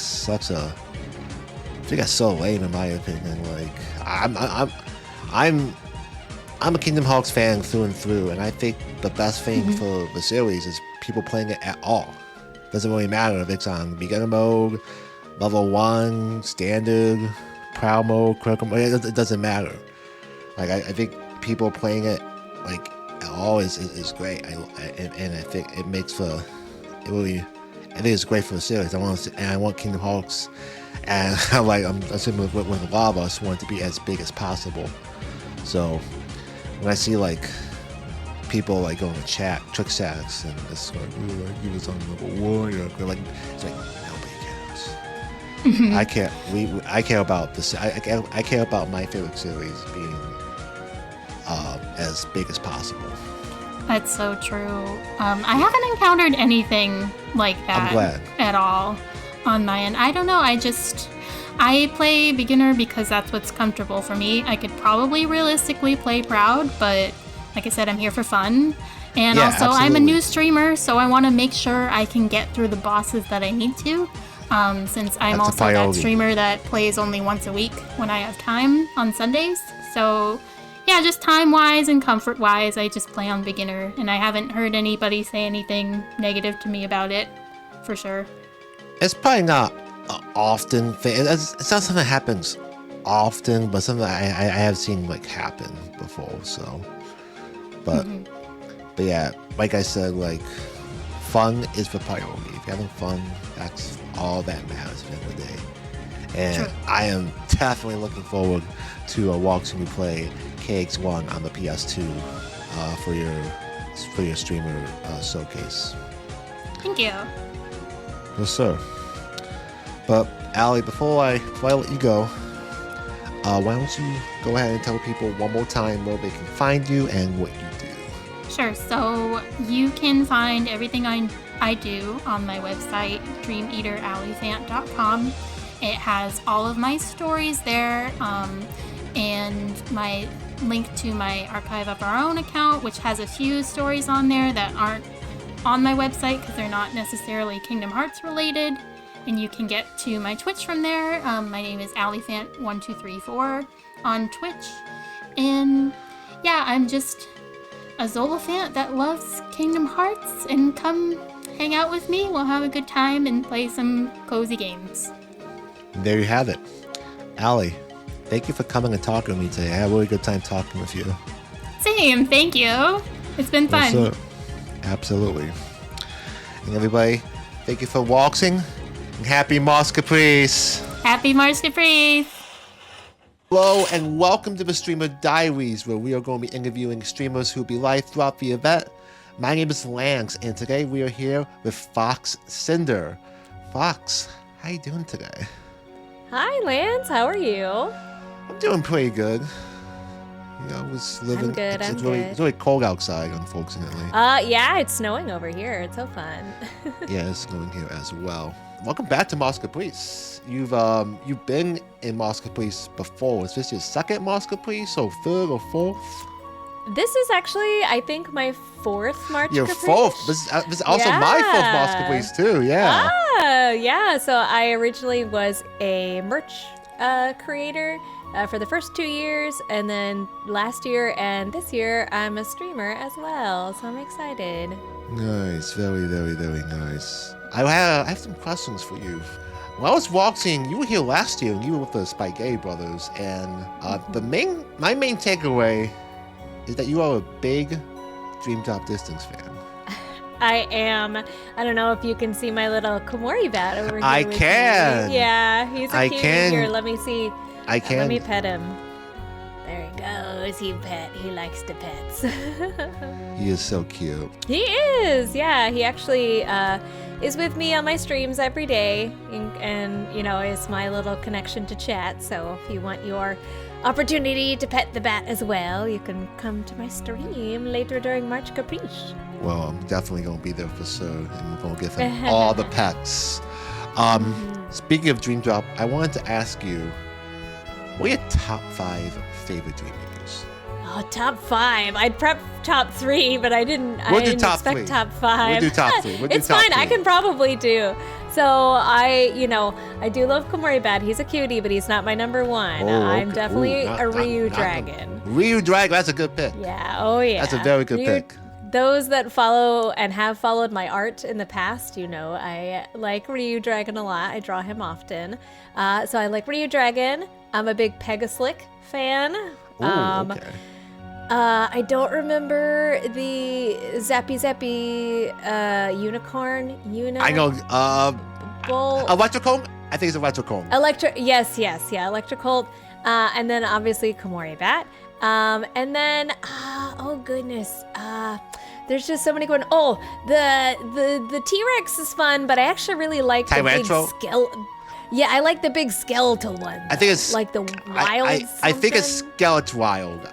I'm not entirely sure. Yes, Skeleton Wild or something. Yeah. I think those had to be my favorite ones. I've played DDD at least like 4 or 5 times now. It's kind of a yearly thing that I do. Ooh, and I love that. Inevitably, I always end up, my 2 ones are always Ryu Dragon and Pegaslick. Like, those are always my main 2, so. Those are some solid picks. I like, I'm such a fake fan. What's the elephant one? It's something like Zoaphant or something like that. I think it has like, I like it because I think it has second chance. I think that's why I like it. Oh, yeah. I always get it so that I can get second chance, and then I'm like, thanks for your service. And then I retire. Yeah, me too. I do. That's what I do with the big beetle, too. Like, there's this big beetle, and he gives you, like, Leaf Bracer, I think. I think Meow Wow. I think Meow Wow also gives you Leaf Bracer. Oh, yeah. Like, he gives you something that's really good, and I'm just like, I'm gonna level you until I need that move, and then you're just gonna retire. It's kind of like Pokemon, you know. I have my favorite Pokemon, and then the rest of them just kind of sit in the box and, you know, just hang it's out. like boxes. I totally get it. I like to think that they're having a good time with each other in the box, just playing around. Yeah, just playing, you know, kind of, you know, doing nothing or held in captivity, just playing. Yeah. They're probably playing some of those games that you can play with. Yeah, them, that's the what they're pinball doing. one. The pinball. I Or love the balloon. pinball one. That's my favorite. Yeah. I like Dream Drop. I know not everybody likes Dream Drop, but I like it. It's not. I have some issues with the gameplay, but I consider myself a Dream Drop defender. I think it has my favorite Oh, for OST. sure. Actually, speaking of which, Yeah. what's your favorite song from Dream Drop Distance?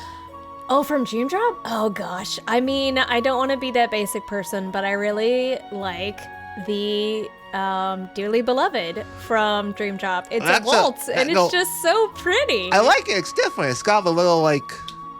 I've heard people. It's very bouncy. I've heard people compare it to like a circus, like a Yes, yeah. like a circus theme. It's very fun and bouncy. I like it. I'm a fan. I think it's really good. My favorite song is Repetto Oscuro, Young Xehanort. Oh yes. Oh god. Yeah. It's young. If we're talking about battle themes, Young Master Xehanort's battle theme. My friend who plays DDD often as well, they say that every time they enter that fight, they get distracted because they're too busy jamming out to the It's song. peak. And I think it's. It really is. I think Dream Drop has the best OST. In the series. I love that they used it in Kingdom Hearts 3. Like when we fight him, The I was like, Limit Cut? yes. Yeah. Actually, I think the Limit Cut episode had a lot of guest arrangers for it. So a lot of people think that Yoko did a lot of the arrangements, but actually It was guest, and I think a lot of them could. All bangers, all good. I love when, obviously Shimamura-san, I love her and they're very talented. But I like when they get other arrangers, musicians there that, especially those that have been inspired by Kingdom Hearts throughout their lifetime, because you can really tell they're very passionate about the source material, and so the songs end up being really good. It reminds me of the concert that happens every March Caprice, which I also like to stream, and it's really fun because we usually get all the people that participated in making the music, get a little behind the scenes stuff, and it's just fun to enjoy it. I have a background in musical theater, in choir, in a cappella. I used to play the flute, so I can come at it from you are both talented. a musician. Yeah, I come at it from both a musician and just a music enjoyer perspective, so it's fun. I love that. I can't. I know I can't wait for the concerts away. Oh yeah, the concert always my favorite. Do you go to cons ever? I do all the time. Yeah, I actually. Being a merch artist, I sell a lot of my stuff at conventions. So yeah. What are your favorite ones to go to throughout the year? So I am over here on the East Coast, but I have visited. I went to Anime Expo in LA last year, so that was really you traveling. fun. Yeah, but I typically go to Holiday Matsuri is one of my favorites. It's over in Florida. It's kind of a holiday themed one, so it's cute to see all the characters in holiday themed cosplay, which is really cute. And I'm gonna be at Animazement this year, coming up in May, so I'm excited. Yeah. I love that. That's fun. It's always. It's so exciting to travel out to go to different events and not only sell merch, but just meet different people and whatnot. Yeah, meet different friends. I've met a lot of voice actors and been able to hang out with them, so it's really fun. I love that for you. Speaking of voice acting, I wanted to ask you a question about voice acting. So, okay. I listened to your streamer report last year, and you talked about voice acting. Do you have any voice acting aspirations? Do you want to become a voice actor in games? And I mean, it would be really fun, obviously. I know games are very difficult to get through, and to be candid, there is still a video game strike going on for union games, all kinds of stuff. Yeah, so for those who don't know, there's a organization that's called SAG-AFTRA that helps to make sure that voice actors and performers get fair pay and wages and breaks and everything like that. As they should. Exactly. And so they have currently been on strike for almost a year now, which is a little sad because we just want to get AI protections. AI is kind of a pain in everybody's butt right now. Sure. And so Yeah, and so they are just waiting for fair wages. So there's still a bit of a strike going on, but non-union games are not currently struck. And there's great groups like Sound Cadence and other studios that have been working really hard to give AI protections. So just all that to say, it's really difficult to get into the industry right now, voice acting wise. But there are some great indie creators out there. There's some wonderful projects. There are games that are being developed all the time. And the thing you do when you create a game really fast in a week, I forgot what it's called. Crunch. I think not quite crunch, but it's something when you I'll think of it eventually. Okay. But basically, there are great opportunities out there, and that's kind of my goal. I stream, I play games on stream. I like to play games where there's not really voice acting as well. So like Ace Attorney or Pokemon, there's not a lot of voice acting in there, so I can sort of practice and do my own headcanon for voices. But so being able to voice act in a game that I play on stream and I can point and be like, that's me, that's kind of my end goal. It doesn't have to be anything big, obviously there's some big names out there like Star Rail and Genshin and all of that. But, it doesn't have to be anything big. Anything where I can have fun and help bring a character to life that people can connect with, that's kind of my goal. It's a good goal to have. So, I knew you were a part of Damo's dub.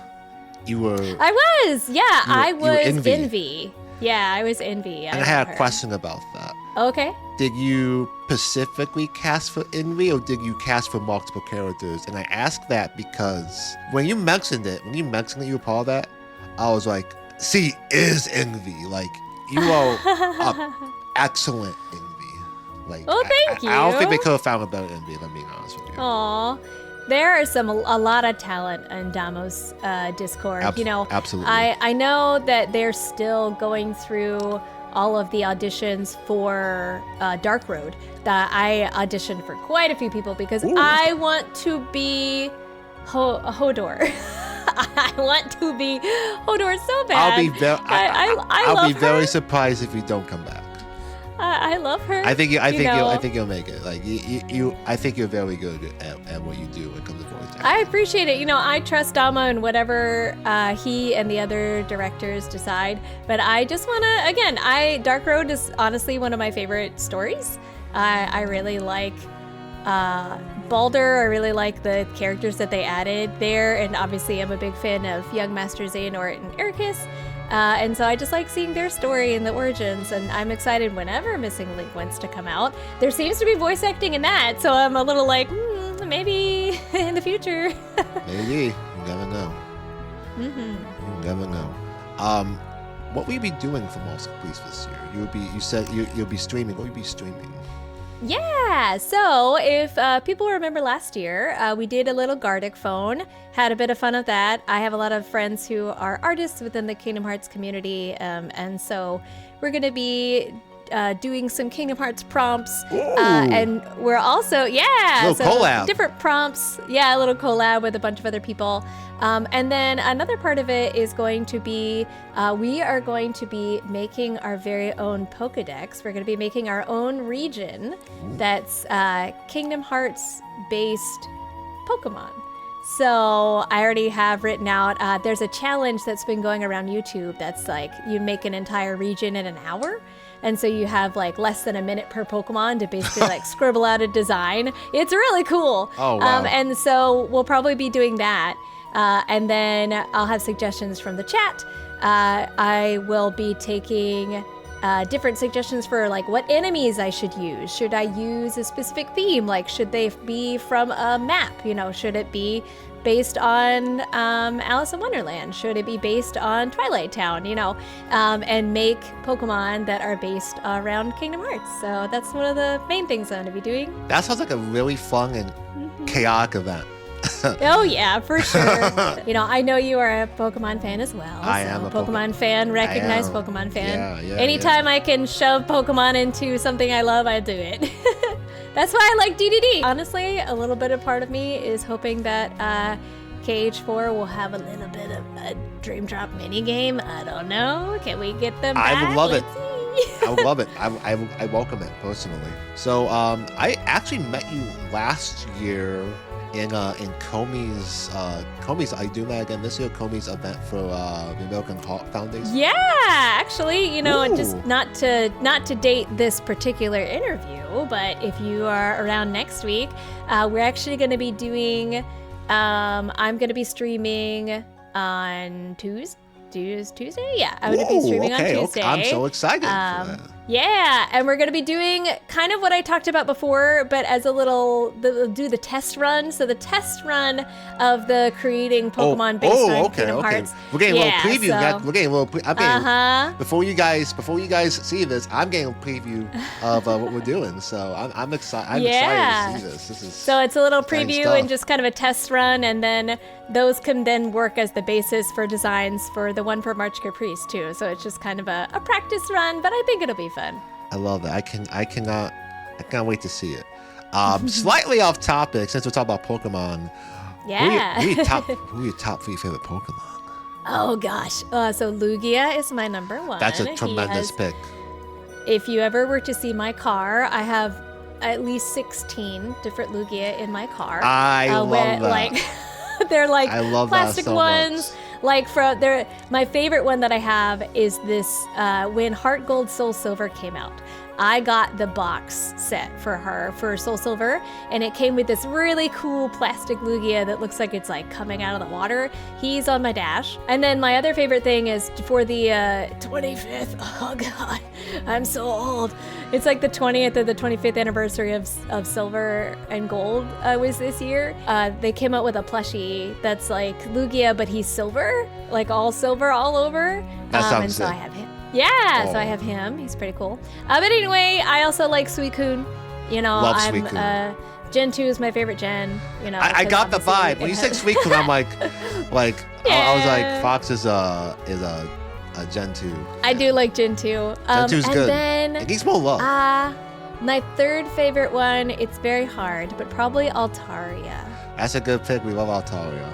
She's just a fluffy cloud bird dragon thing. She's adorable. Yeah, then Mega Altaria is just like Altaria, but even fluffier. Very fluffy, the fluffiest. For sure. Yeah, I'm looking. Gen 2 needs more love. It's true. You know, the Pokemon Week is Pokemon Day is next week, so maybe we'll get something. I hope so. I know everyone was eager for like Legends Arceus, or Legends Celebi, you know, having or like a Gen 2 version. That'd be cool. That would be cool. But Gen 2 definitely, Johto needs more love. It's crazy that it hasn't been so much love because Gen 2 is one of the most beloved gens. I mean, it's where Umbreon and Espeon came from, and they're the best evolutions. I'm a Sylveon fan, but I respect those are high up there as well. After Dream Drop, I know that's your number one. What's your second favorite? Well, I like Dark Road. Dark like Road. I said, I like the story. I didn't like the gameplay of Dark Road, but I liked Dark Road the story. I don't think very many people did. And then probably third after that. Oh, gosh. I mean, I still remember when I was younger playing Recoded on the DS. Yeah, it was on DS. Yeah. And I just remember getting to Riku and just stopping. But before then, it was great because that's also where the No More Bugs comes from, and that is my favorite song. In March Caprice last year, I think there was like there were like 2 No More Bugs remixes in the orchestra, like the concert last year. I gotta go back and listen and to those. I was so excited. One of them is like a cool jazzy saxophone version. It's really good. But yeah, that's probably my favorite song in the entire franchise is No More Bugs. That's a too short. pick. It is too short, but it's really good. I have a funny story about Recoded. So I got Recoded the day it came out, and the day it came out, there was a blizzard. It was like it was probably a top 10 blizzard in my life, I would say. And I still drove out to go get it. I still drove out to GameStop to go get it. Dedication. I played 3 hours of it, and I traded it. Oh no! Aw. Too But bad we don't have blockbusters anymore. I know, because like I think the modern day version of me would like it more, but I feel like I played the beginning of it, and I was like, oh no, it's cakes wrong all over again. Right, yeah, but with cards. Yeah, I do want to try it again someday. Yeah, I would like to see more Kingdom Hearts games on portable. I mean, I know it's on Steam right now, so you can play it technically on the Steam Deck, I think. Yeah. But it would be nice to... I miss portable Kingdom Hearts, because that's what I loved about DDD. You know, I could just play it on my bed, and you had the little stylus. And a lot of people miss that era. That was a good era. I don't think people... We don't know how good we had it. We had Days. 2009, we had Days. 2010, Birth by Sleep. Yeah. 2011, we had Rico, and then we had DDD in 2012. Like, we ate good as because I had all those. Yeah, I never had it, so I didn't play Birth by Sleep until they came out with like the story so far. Oh, okay. Yeah, and then I played it. Like I played the PS4 version of it. What'd you think of it? It was good. Fight's hard, but it was good. I didn't like playing as Terra. Terra was hard. He's very slow. I am definitely an Aqua. Like, I liked Aqua's part the most, because she was very like, ooh, Spellweaver, flip around, do the things. And Terra's Spellweaver like, is so cool. Hit big Keyblade smash. Spellweaver is so cool. I'm a big fan. I think Ventus, I revisited BBS a few years ago. And Wingblade is great. I think Ventus might be the most fun. Maybe because he's close, but maybe he's close because he's close to the Sora. But I think his style, his command style. Shotlock I think he or might have the whatever, coolest command styles. Like you said, Wingblade, and I think Yeah, I Cyclone love is another Wingblade. one. Yeah. Yeah, very, very fun stuff indeed. But Fox, I think we're going to wrap it up here.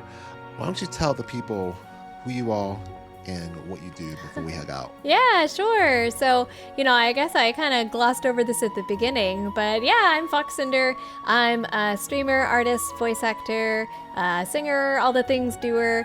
I will be streaming this time for March Caprice with a bunch of other artist friends, doing some challenges, doodle challenges, as well as working with you all to create our very own Kingdom Hearts Pokemon region.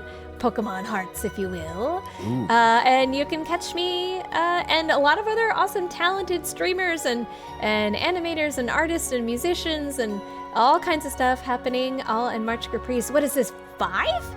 March Caprice 5? March Caprice 5. Yeah. Oh my goodness. Long time. So please look forward to it, as Yoshi P would say. Yoshi P. We stand Yoshi P in this house. But Fox, thank you for coming on and talking to me. I had a really good time talking to you and talking about Dream Drop and being on the dumb and among other things. You're a fun person to have conversations with. Yeah, you are too. Thanks so much for having me. Thank you. But everybody, thank you for watching, and happy March Caprice. Happy March Caprice!